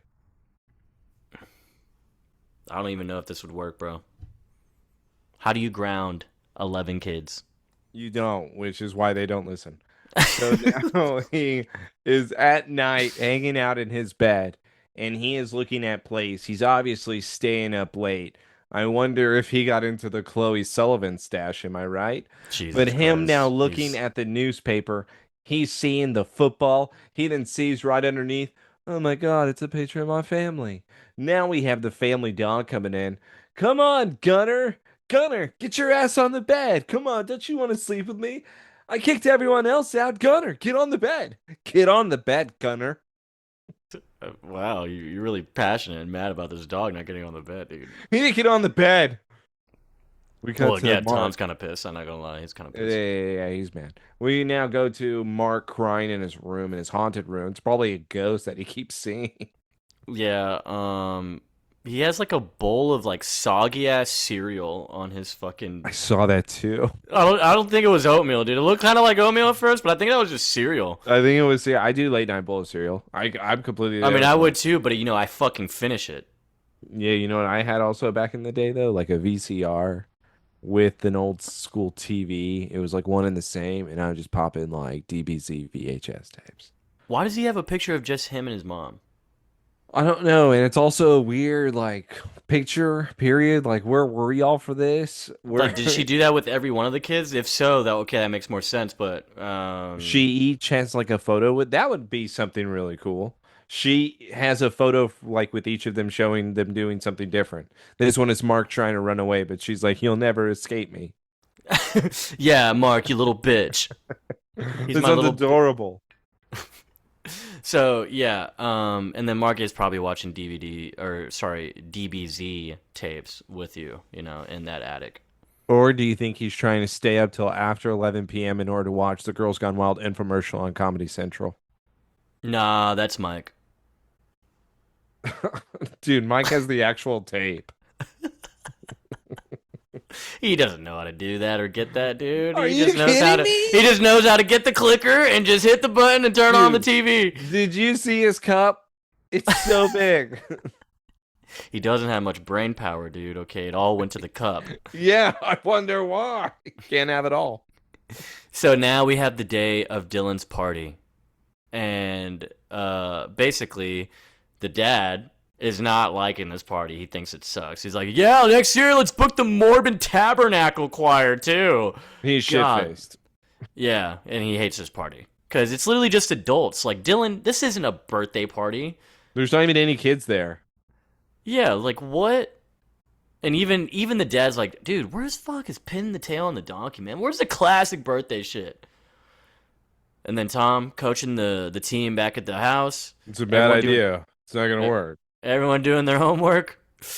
Sarah then sees that the party's going on. She's seeing that kids are arriving, and now she's pissed because she wants some damn birthday cake and some good kid fun. She starts rallying up the troops and says, I'm going to Dylan's birthday party. Who the fuck is with me? And you know what is so funny is that if you pause it as they're like agreeing and walking, you'll see that Henry's fat ass is the only one holding a box of food. Yeah, and also he wasn't really like invited like the others. Sarah did not knock He on banged his... on every door. No. Sarah did not knock on his door on purpose. I actually think the coolest thing about this scene is not the fact that they don't listen to their dad. And even as a father, I feel like I would be impressed if all my kids got him a gift. That's so cool. So he truly just got 9 birthday presents like that. Like that'd be so awesome. That is actually pretty good because They all came with something. Yeah, like how can you be even upset about that? The mom is here at the door, answering it, looks pissed because I hate these kids. These kids suck. But you just got showered with 9 gifts. I wonder who the rapper is too. One of them knows how to wrap some gifts because we know Tom. Oh, didn't do dude, it. it's the the mom's twin, been away. it's the twin girls, bro. Oh, you're right. They would so know how to rap. They look What like if they it- know how to rap. What if it's the fat kid? What if that's his actual talent? Well, that's impressive because what? He had like the flute or the trumpet earlier, so now he's a fucking expert rapper? I don't know where he's going in life, but it's somewhere. A jack of all trades, if you will. A Henry.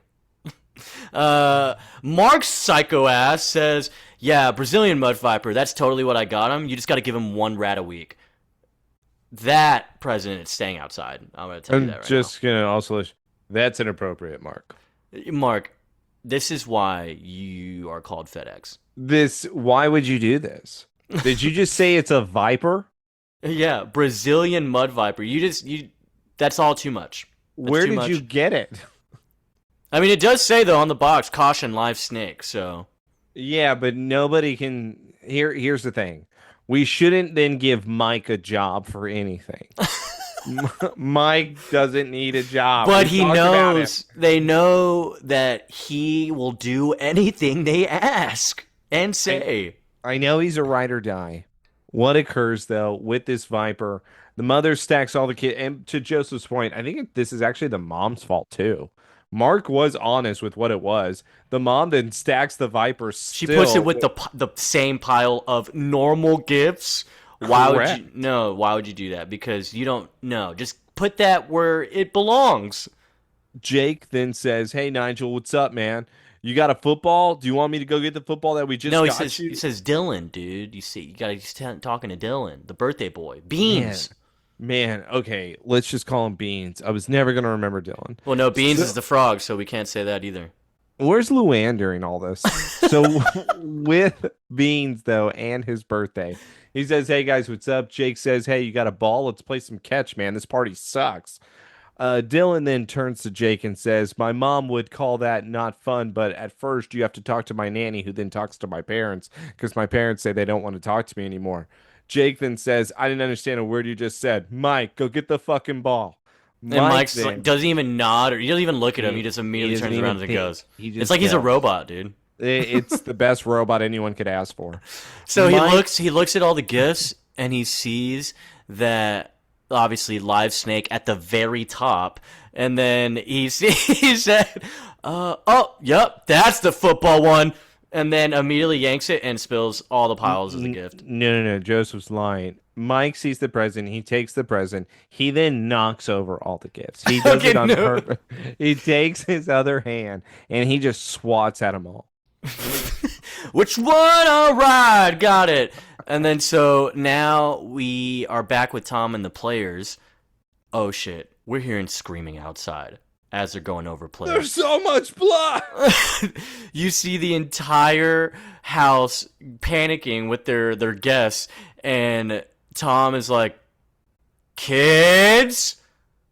No response. Him and most of the players go next door.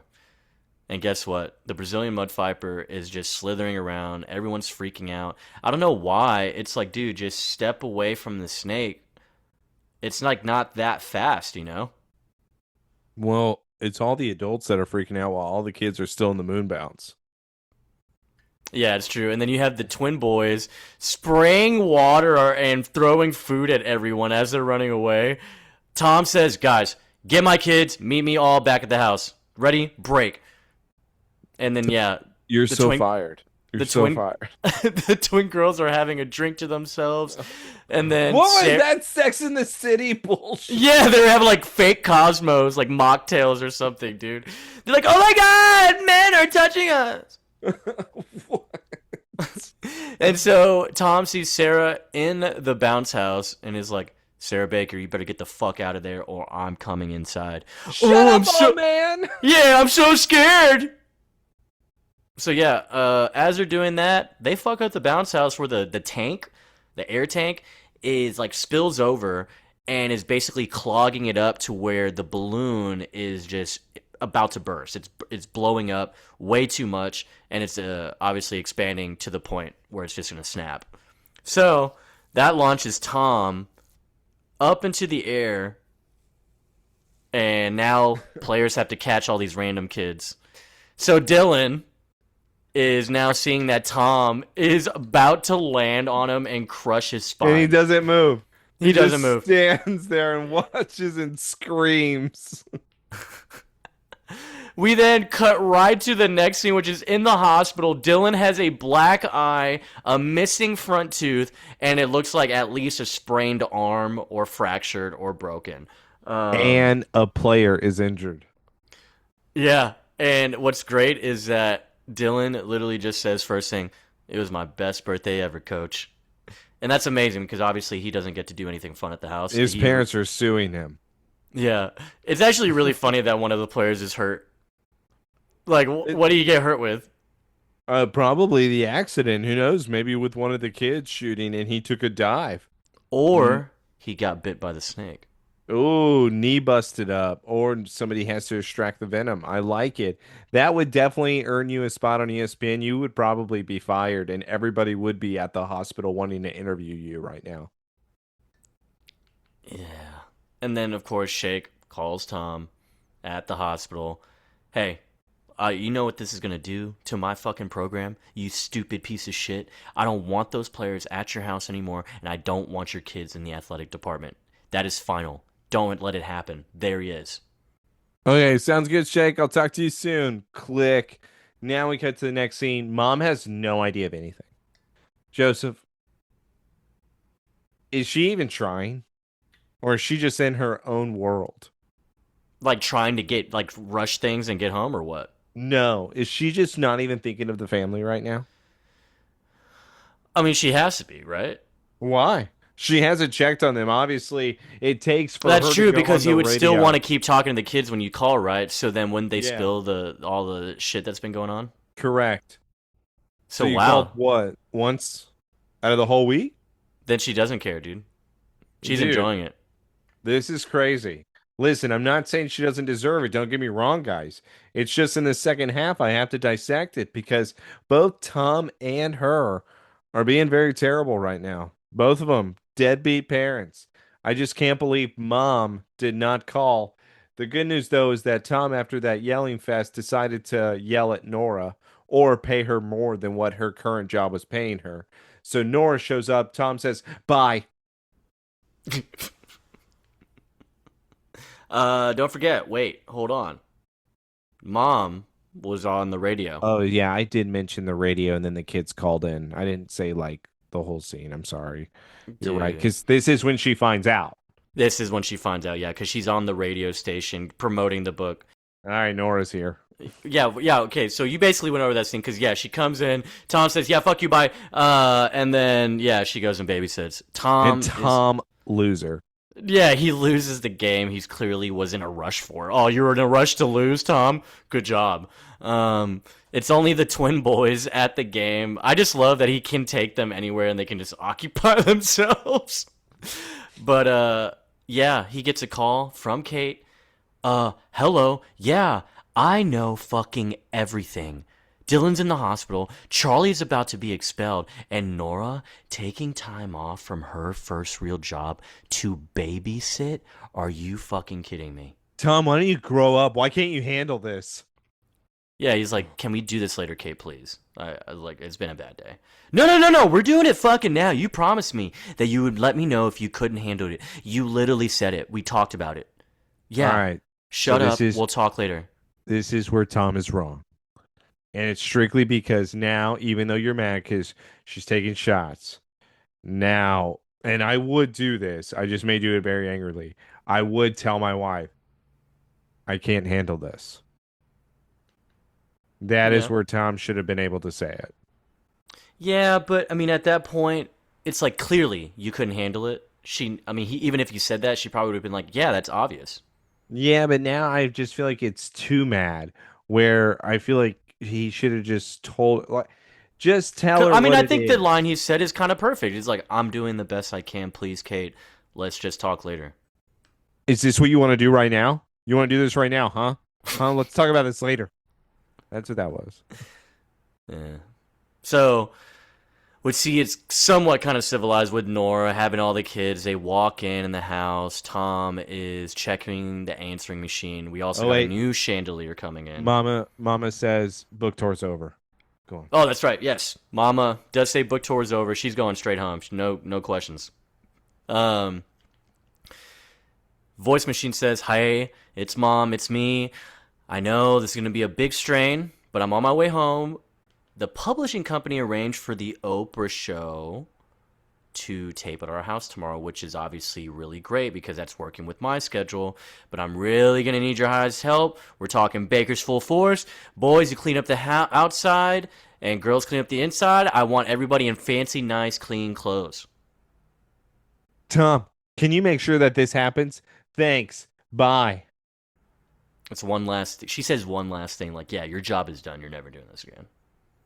Yeah, and then the chandelier guy says, "Hey, Tom, you're a bitch." Yeah, sounds like somebody got their Jimmy whipped. Loser. All right, so now we're going to a night scene where By the Nora way, that chandelier drops on that guy. yeah, I think he's deserved dead. it. He good. He's gonna have to pay for it too because he's the one that felt this time all on his own. So Nora is laying in her room, and we have Ashton Kutcher now throwing rocks. Is at this window. her room or is she sleeping in Lorraine's? But also, Okay. where's Lorraine? Where's Lorraine? She's sleeping in Charlie's bed. Oh, you know what? She probably could be doing that. Yeah, is Charlie in there too? Okay. See, maybe the bully was onto something. So, yeah, Nora starts hearing shit outside because Hank, Ashton Kutcher, is here throwing rocks. And look, oh, she's sneaking him in. And guess what they're going to do? They're going to bang so hard. Oh, he's in a full-on denim outfit. He looks like Best Genius from My Hero. Don't talk about the number 4 ranked hero that way. So yeah, we now have a glimpse of actually all the kids doing their job because you know what? We listen to mom. We gotta do what Yeah. mom says. Dad, you suck. Yeah. So everyone's getting their job done, but then Mark is cleaning his room and looks at Beans and notices something is wrong with them. He's a horny toad. Oh yes. And so now we have Boom, yeah. Tom is coming downstairs. The twin boys see him. They're like, "Yeah, what's up, dude? Yeah, mom, what's up, dude?" And Tom is just flips like, him off. "Yeah, fuck y'all kids. Go get dressed." Oh. Okay. Now we have Oprah's people showing up. Yep. Well, mom is saying the flight was delayed and they lost her luggage, which shit luck. Yeah, she's probably getting a massage. Yeah, and then as she's on the phone with Tom, he tells Henry, "Dude, fat ass, stop eating the donuts. Those are for Oprah's people." You know I can't help it.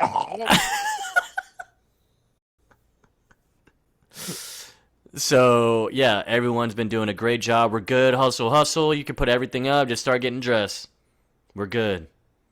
Oprah's guys show up and say, "Hey, where can we set up?" Tom says, "Oh, great. Why don't you guys go set up over there for us? Thanks. We'll be there soon." Tom then has a letter in his hand. He opens it up. Guess what it says? "Charlie, you're off the football team." Holy shit. Now this is the scene we were talking about, okay? Oh, sorry. Mark did come down as he was about to check the mail. He ran into Tom first time. Just pointing that out. But he Okay. Whatever. All right. You do, he goes yeah. to Charlie's room and he's about to yell at his ass. So, man, this is a tough scene, dude. I don't know. It kind of jerked me a little bit. No, it's this easy. I think in the end, it's a proper compromise. Dad then says, "Come on. What are you doing? Kicked off the football team? They hate you. Why don't you want to play for them?" "I don't fit in with this town, Dad. I'm going back to Midland. I got a job. I got a girl. I'm leaving."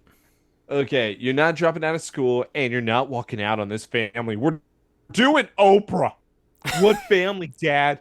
Since we moved here, everybody's been looking out for number 1, especially you and Mom. Bunch of assholes. Your mother and I have been doing this for y'all." "Whoa, whoa, whoa, whoa, whoa. Don't say that shit, liar. You took this because you were a loser in college." And Shake, Was a the superstar. cool guy, finally wanted you. He wanted you for something, so he asked. But seriously, Dad, I'm not even mad about that. But stop feeding us a lie that it's for us instead of just for you. By the way, I don't have to sit here and pay for the choices that you decided to make. I'm sorry you decided to have 12 kids and couldn't stop banging Mom. All right, now I'm going to go bang Beth. You know? You're staying. Tom does tell him. He does tell him. You going to make me? Fight me, Dad. Dude, crazy shit to say. To be honest, like, you're gonna make me? Because he knows he can literally whoop his dad's ass. But he's like, "Charlie, Son, I you're fucking going love to get you." your diploma. That's what you need. All right, since you're about crying, once I graduate, I'm gone. And now we're at the fair compromise. That's a fair compromise. He walks out, and he's just like, "Well, we'll deal with that later, I guess." Charlie leaves. He's storming out, man. Passes by fat ass Henry, and just ignores him. He's like, "Charlie, hey man, you wanna, you don't even know what the fuck he's saying because it's just like, dude, he's got a donut in He's his so mouth. fat. He's literally got a donut in his mouth. He literally went back and grabbed one, and he's like, "You know what? When we moved here, you turned into a jerk. Everyone turned into a jerk when we moved in." He's fucking, and then he's still stuffing his face with a donut and fucking.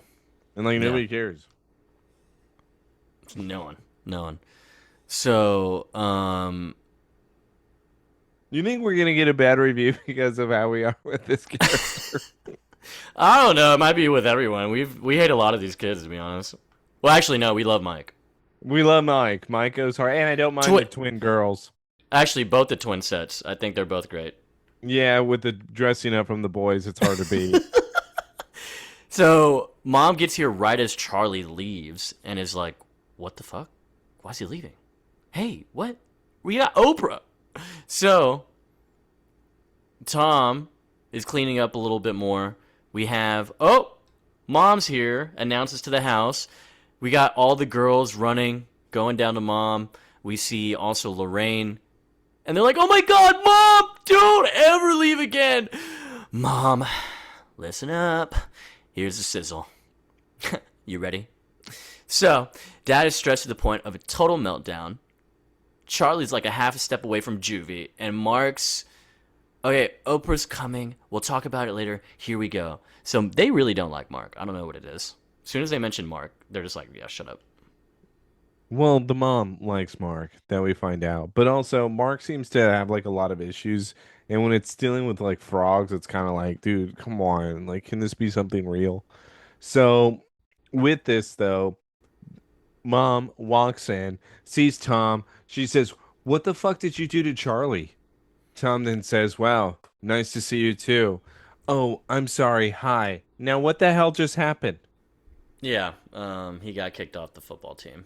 Don't worry, I'm handling it. She's like, Jesus fucking Christ. Oh, you're doing a great job. Look at this place. It looks like ass.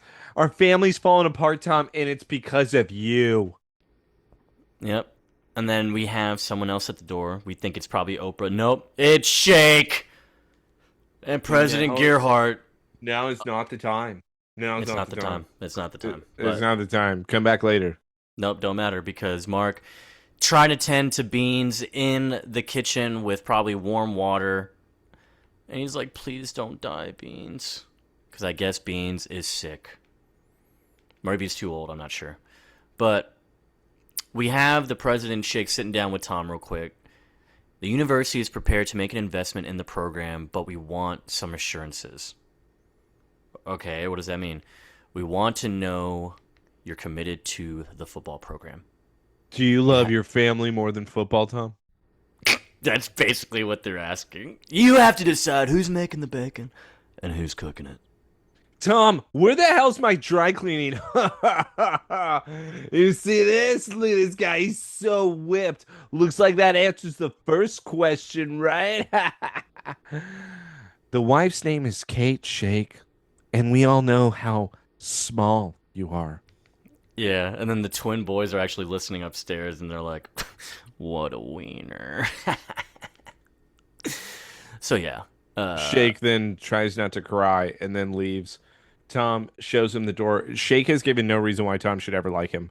Dude, Now, that's when you cut the friendship, right? Because that was mad Correct. disrespect. that was mad disrespect. And by the way, especially to my wife, where at this point, it really does seem like they are obsessed with each other. Where you would be crossing so many lines. I feel like he's just mad at her because she hasn't appreciated nor understand him. And don't worry, guys. I feel like this is Tom's fault too. So I'm not just pointing the finger. But my whole thing with Tom that I wish made a little more sense is his friendship with Shake. Like, the job sucks because it's dealing with Shake. Like, no matter what, the wife is right because Shake's involved. Yeah. What if he was cool? Would that then, like, make it worse? I think it would because then the disrespect is out of nowhere. Knowing it's Shake, it kind of makes sense because he would do this. But yeah. It He's might be given- worse if he was cool. It's given no reason, like, why we should expect anything else. Shake has done not one thing nice besides, you want this job so that I can belittle you? Yeah, basically, you're my underling. So they do that. She gets the dry cleaning, and all the fucking toys are coming out of the closet because they didn't pack up shit. And Tom gets ran into by Mark again, foreshadowing from earlier. But this time it's with water from Beans' little container. And it spills all over Tom. He's pissed. He has to go change. So he goes upstairs and notices Nora and Hank coming out of the room, literally like post-bang session. Because hair's all messed up, clothes are all crazy. And Hank, Ashton Kutcher's just wearing underwear. He's just wearing boxers. This is mad disrespect as well. His dick is hanging out of that front hole. Yeah. And he goes, what the fuck is this? Nora goes, Hank slept over. Do you have a problem with that? Yeah, we just banged. How about that, Dad? It was on your bed. Okay. Now is really not the time with you two idiots. Hey, Chief, why don't you relax a She's little a bit? big girl. I'm gonna go and get the gun underneath my bed, and I'm gonna come and blow your brains out, Hank. Do not open your mouth ever again. Yeah. Okay. And then Nora is even scared, like, oh shit, okay, maybe I did fuck Nora up. really said, "Hey, he has never talked like this. Don't do anything." Okay, shit, holy fuck. Okay, maybe I gotta reality check myself. Okay. So, All right.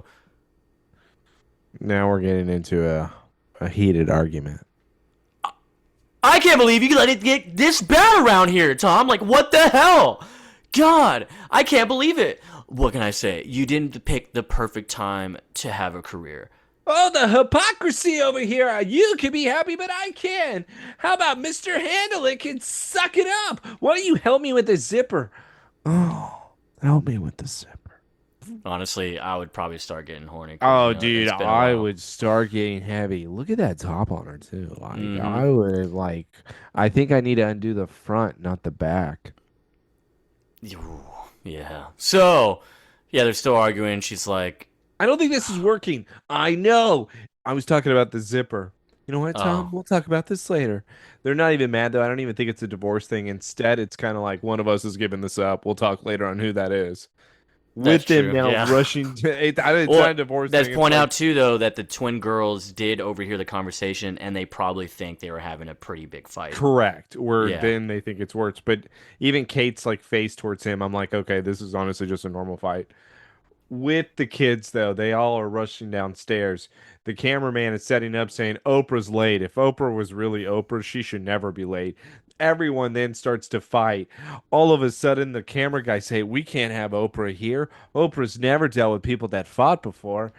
This isn't Mari. You are the father. Let's get all 12 DNA tests. Speaking of which, we have Nora and Hank now coming from up the stairs. Hank says, oh my God, look at this, Nora. This is what you want? This is I never fucking want gross. kids. Kids are trash. Look at this. Are you kidding me? I love this. You're trying to tell me you don't want this? You're with me because you don't want this. All right, Nora? So do me a favor. Go take off your panties. And We're going do round some- 2. Sorry, Get round 3. Get ready. And my commercial will be playing in the back, too. All right. And look, Taylor, I'm just going to give you one fun fact, bro. Okay. It's fine. They fight in the scene. The camera guys call, say, Oprah's not coming. Go ahead, Joseph. Well, the camera guy, for one, is Dax Shepard. I know who that is. Nobody Kristen likes him Bell's these days, so- fucking... Well, these days, no, he's way better. No, I heard that he's like awful still. Oh, maybe because he's sober? I don't know. Reddit tells me these things. I just follow whatever Reddit says. Well, shout out Dax Shepard, whatever, I guess. But Yeah, also, yeah. most of the camera crew is actually the same camera crew that would helped out on a lot of Punked. And we have Ashton Kutcher here, so he limped. Yeah, in. but nobody came out and said punked. Well, this wasn't a prank. So Oprah was. By the way, this whole thing was always weird to me, even as a kid. I swear to God, What was weird, like the Oprah thing. I was like, Why? Oprah wouldn't come here. this she would, wouldn't- dude, this would be something she would put her She would name have behind, her like for the people book. prep. She would have the people prep the area. There's no way she's just sending the camera guys in last minute and all this. Come on. Maybe I Doesn't mean, even- maybe it was a matter of them being in the same town. Like maybe they could just make it work. She would like put seats there and then put things underneath people's seats. That's what she does. That's what she's known for. I guess so. I don't We're know, gonna- man. Okay, it's 03. Things were different back then, or maybe Oprah was different. Okay, well, Oprah was canceled. Thanks for the fun fact. Anything else? No? Okay. I was done. I already had All right, everything good, done. You good. I wanted was to just add making your sure. stupid. Okay, Oh, I think this good. isn't Oprah, man. All right. I Tom, know now. Oprah personally. Hey. Kate and Tom just got done putting all the kids to bed. Kim then walks out. It's like, Dad, I really hate it here. He says, honey, give me a hug. Are you and Mom gonna get a divorce? We see that Mark's frog died. Mark has a shoebox titled Beans on his lap, and it looks like he's crying. R.I.P. And now he's just sobbing over the box. It looks you think, like... Do you think Mike killed it? No! He would never do that. That's not a ride or die move. Maybe Sarah. Maybe Sarah killed. What the if frog. he fell on top of it accidentally, head first? Okay. Well, first off, Wise Bean's out there near Mike at all. So He's a frog. Kate says, "Hey, feel free to sleep on the fucking couch tonight." And he goes, "Oh, well, yeah, you read my mind, I guess. Whatever." And so then, as obviously we have one of the kids talking about the divorce shit, and he's like, "Yeah, whatever. We're not getting a divorce." Mom comes out and says, "Mark's gone." And now we get the most serious part of the movie. Music changes. It's now a situation of a kid who's running away. And Big family stink. That's what he wrote. Suicide letter. it's crazy. So the next scene, we see Mark's body, and it's in a ditch. And Charlie has the shovel. It turns out Charlie murdered his brother. Tom, first thing he goes to Charlie, obviously he's probably just going one by one. "Hey, Mark's gone." And Charlie freaks out. He's like, "What the fuck? No." He's like, "Hey, Dad, what I said before, I was out of line." I meant it, though. Well, he's saying sorry because he just feels bad for making his dad feel bad. But it was a reality check for Tom. He does say, "Forget it. Don't worry about it. You were right." You were And so right. then Charlie does smile because, yes, he was right. He was. I'm going to go bang Beth now. I'm not going to go look for Mark. Since we're on the way over there, I'm just going to stop by. I think he may have gone home. So everyone, all the kids in their jammies, got their shoes on. They're now doing fucking family duty and screaming out and looking for Mark. Flashlights, dog, everything. They Jake go on to the Dylan's skateboard. house. Yeah, They go to Dylan's house. They ring the doorbell. They say, "Hey, have you seen Mark?" Mom answers it. Oh my What a God, bitch, dude. Of course you lost one of your kids. That's just so many to have. Jesus Christ, your hoo-ha's hanging down low. But seriously, I knew you would lose one. One of them was bound to become a milk carton child, if not all of them. The husband and Dylan are standing behind her, says, "Hey, we don't believe what she's talking, so let's go. We're going to go and help you." Honey. It's a school night. It's a school night for Dylan. Honey, go take your pills upstairs and go to bed. Yeah, shut up. We're going. So you can shut up. Also, Tom did call Nora to let her know that Mark's gone. They're looking for him. She's immediately like, "Oh, we'll go help. No problem." Hank is just really into this stupid commercial that he's in and is not listening to her whatsoever. It's crazy. And then she hits him with her purse and she leaves him. She's Uh, done with Hank. He can say that I don't want kids, but if one of her siblings are missing or ran away, then hey, man, you have to pay attention. Otherwise, she's going to leave you. So that's what I'm assuming just occurred. Now she shows up. Tom says, "Thank God you're here, Nora. You're finally helping the family." Now they're realizing, where could Mark have gone?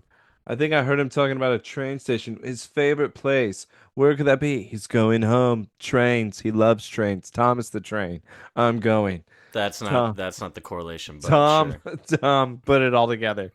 He then goes to the train tracks. He sees Mark. Mark's just hanging out there. He's just actually enjoying himself. It looks like that he's doing pretty damn well. Tom says, "Mark, there you are. Dad, you remembered my name." "I'm so sorry. So I'm really not FedEx?" Nah, man, you're my boy. "You're my boy. Now, come on, son. Looks like we're going to have to take this train now. Thanks for the $20 I do like the loss." moment because he does say, you didn't keep your promise. You said we would be a happier and a stronger family, and you didn't keep your promise. You're a liar. And he does admit it. He cries and breaks down. He's like, "You're right, I didn't."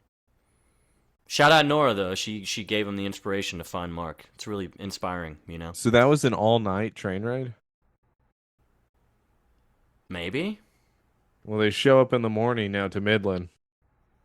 It's probably one of them slow ass trains, dude. Yeah. Oh, like a Greyhound. Oh yeah, dude. Fuck yeah. Probably. Yeah. So yeah, they're gone, man. They're just gone. So yeah, they're back in Midland, dude. Back in Midland. Slow ass train. But the family is here, bro. To reunite with Mark. And they're like, bro, why did you make us do this? Yeah, if you do this ever again, I'm gonna have to pound you. I thought I was FedEx. Then one of the twin girls says, Mark, you're retarded, and some of those attributes can be leaned back to mom or dad. Great. Thanks. Big happy moment. Everybody smiles. They know that the little girl is smarter than Mark. Mark feels bad. Beans is dead. He hugs his mom. Tom is left out because nobody likes him. Yeah. And also, we didn't even mention that the big fight earlier was because he announced that Beans was dead, and Sarah literally says, no one cares about your stupid fucking frog, FedEx. So Jake then tells him, hey, you can't be gone, bro, because without 12, we're then 11. Yeah. Scary. And that's not cool. Oh, yeah, but I thought that you two girls hated each other. Yeah, Lorraine and Sarah. Okay. They just want to kill each other all the time, you know? And it's like, yeah, there's times I want to kill her. Yeah, for sure. But I'd kill for her every time. Anytime. Yeah, this family, we fight. Others want to fight us. We kill them. Yeah. Cool. So, back at the Chicago house. We're all happy. Let's go to a funeral. Let's go to Beans' funeral. We put him in the ground. It's a big By the deal. way, you think like people think Beans is the Dylan kid because I said that we're gonna call him Beans. No, because you kept calling him Dylan after, so I don't think they got confused. But that could have happened. That would have been funny. They're burying Dylan right now. He was perfectly alive and well at the hospital, recovering from the, after, and then obviously at his house. He was good, Dude, man. am I watching Cheaper by the Dozen or Bridge to Terabithia? Oh, right? wow, dude. That's a very depressing movie. Thanks. That's pretty crazy. What a comparison. So, they have a funeral for Beans. Tom then gives a speech because Kate says, yeah, Beans, he was not like a lot of the bad frogs out there you hear about today, all hopped up. He was lovable. He was almost human. He was like one of the family, Except that, of course, he was green and he ate flies and was my Totally retarded. son's pet. But he hipped and he hopped. He loved hip hop. And Jake immediately starts stomping on the gravesite. Jake or Mike? Both. Oh, okay. Yeah, and so then Mark says, for a long time, you were the only person I could talk to, but that's different now. Is it, though? It's very different. It's just been like 12 hours. It's a very, very sad scene. He doesn't have any friends. But let's go to at night. We are Reminiscing again in his fucking college book or high school yearbook. I he's don't know. touching an old photo of Kate's tits. He's just Basically. feeling his hand over them. It's like I could see them yesterday. All the kids, all the small ones are in the bed now with mom. Tom is literally just on the little side Dude, nobody was there with Tom. No, no one was. Not But even back at Gunnar. Sports Center the next day, Tom goes in. He tells Shake, I'm out, dude. You fucking suck. You're the worst friend ever. Even a more terrible boss. And he's like, giving up the dream, huh? You loser. If I screw up raising my kids, nothing I achieve will matter much. Then that man said some bars right there, bro. Shake said, I don't know what the hell you just said. You're an idiot, Tom. Put it there, pal. We'll make an announcement at the end of the week. God, I knew you couldn't do it. Get out of my office. And man. So, Got making the bed at home with mom, the twin boys just hanging out, dude. And everyone goes, "Where's Dad?" He went to the game. He just didn't want you to be there on the day that he's quitting his job. Mom, no, we want him to keep his job. We love it here. We never complain. Mom, why would he do this? Guys, we all know you hate it, okay? So we're going to go back to our old place. Mom, what I said about hand-me-downs, I meant it. I don't want to go back to that shit. He's just doing this because it's what he wants. Okay?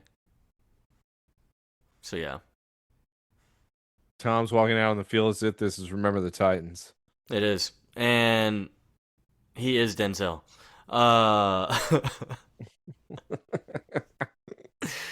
So yeah, he's walking out and we see the score. The Stallions won, bro. The damn Stallions won. It was his last game and he won. What was this, like, to make playoffs or something? I don't know. Because this isn't the championship. Otherwise, it'd be like a party. It's probably the Poolanders Weed Eater Bowl. What a call out. Shout out. As he turns around, he notices that the family is on the field. Yeah, With- now they all show up. All the signs spelled out, "We love the coach." Yeah, now that they get what they want. Yep, that's right. We're spoiled brats. Look at us. Yeah, Dad, you gave up everything for us because we're great. Couldn't even let you have 2 weeks. It was longer than 2 weeks, dude. Yeah, it was. She's a liar. Yeah, it was longer. It just kept going, man. Otherwise, it'd make Just kept perfect asking sense. for 2 weeks. Yeah, it's like, hey, it's gonna be like another couple days, 10 days. So yeah, everyone's reunited here. Everyone's bonding again. We're one big happier family. And so now we have the There's- narration of Kate. I guess you can say that when me and Tom left Midland, we had a mess of theories about how to raise children. Because that shit sucked. So they would have to go back to. Here's the thing, though, that's weird. Now that I'm thinking about it, they would have to go back to Midland. It doesn't seem like it because But she Joseph, talks about 12 is still our number. That was the number of months my book was on the bestseller list. but he got the house because he was the coach. Well, he got housing allowance. I thought he got housing. It was housing allowance technically. That's what it was called. But I don't know, you could probably still make an argument like, "Oh, what if it does include the house?" I mean, I don't know. But he specifically said housing allowance, moving expenses, like that's it. Like the house is yours, but like we'll help pay for it. Dude, I would ravage her on Christmas. Just Yeah, but it does say absolutely. also that he turned down 12 jobs until he got one close to home. So he did secure a job, but it looks like, to your point maybe earlier, her book being on the best-selling list, she was able to, level it out until he got a job too. Yeah, maybe. I don't know. I just think you should have to give up that house and they should have moved back to Midland. I think that would have been a sweeter ending. I don't know. I like them staying in Chicago because then it kind of proves the point of him keeping the promise. We are now a bigger and stronger family. We just had, some trials at first. Go back to the property. Go back to the farm life. No, Corn man, because huskers. Chicago, this is the big house. It's enough room for them. That Midland house was small for them, bro. What's Charlie doing right now? My boy is fucking chilling out. He realized he can stay in Chicago. I think he's not doing that. I think he went back to Midland. What's Luann doing? Are you kidding me? He needed mom around to keep him in check, bro. He stayed at fucking school. Why does everyone need mom? Why can't dad be okay in the end? Well, he is, and he's happier about it. Whatever, dude. Dude, you saw them playing football together. They love Dad. It's a great movie. It's such a good movie. It's a great movie. I really love this movie. Because, yeah, we finally end on actual Christmas, which is nice. Because remember, this movie started in May, and we are ending on Christmas. Dude, and you hate Christmas movies. This worked out for everybody. It did. April Fools, everyone. April Fools. I hope you enjoyed 3 hours. Also, enjoy the bloopers in your own time. We talk about them. They're pretty solid. It's only a couple of them, but it's fun to see. Tom Welling makes out with what was it? Kathy. Yeah, Kathy Baker. Or Bunt. Or Bonnie Hunt. Why the Bonnie Hunt. we're saying her real name? Yeah, but Kathy. Yeah. Kate. Who's Baker. Luann make out with, right? Lorraine does not make out with anyone. Hilary Duff is, good girl. She's a good girl. Yeah, right. Also, I would make out with Bonnie Hunt too. Man, cheaper by the dozen. Tom Welling, shout out, dude. We're coming back to you next week, but it's gonna be back to Smallville. We promise. We promise. Maybe. Could be another Christmas movie. Who knows? No, it's not. But yeah, can't wait for Taylor to proceed on down the Smallville train. I feel like I Dude. should have been having a much better time. I feel like you ruined a lot of my happiness this thing. Okay, all right. No, I didn't. No, I'm not.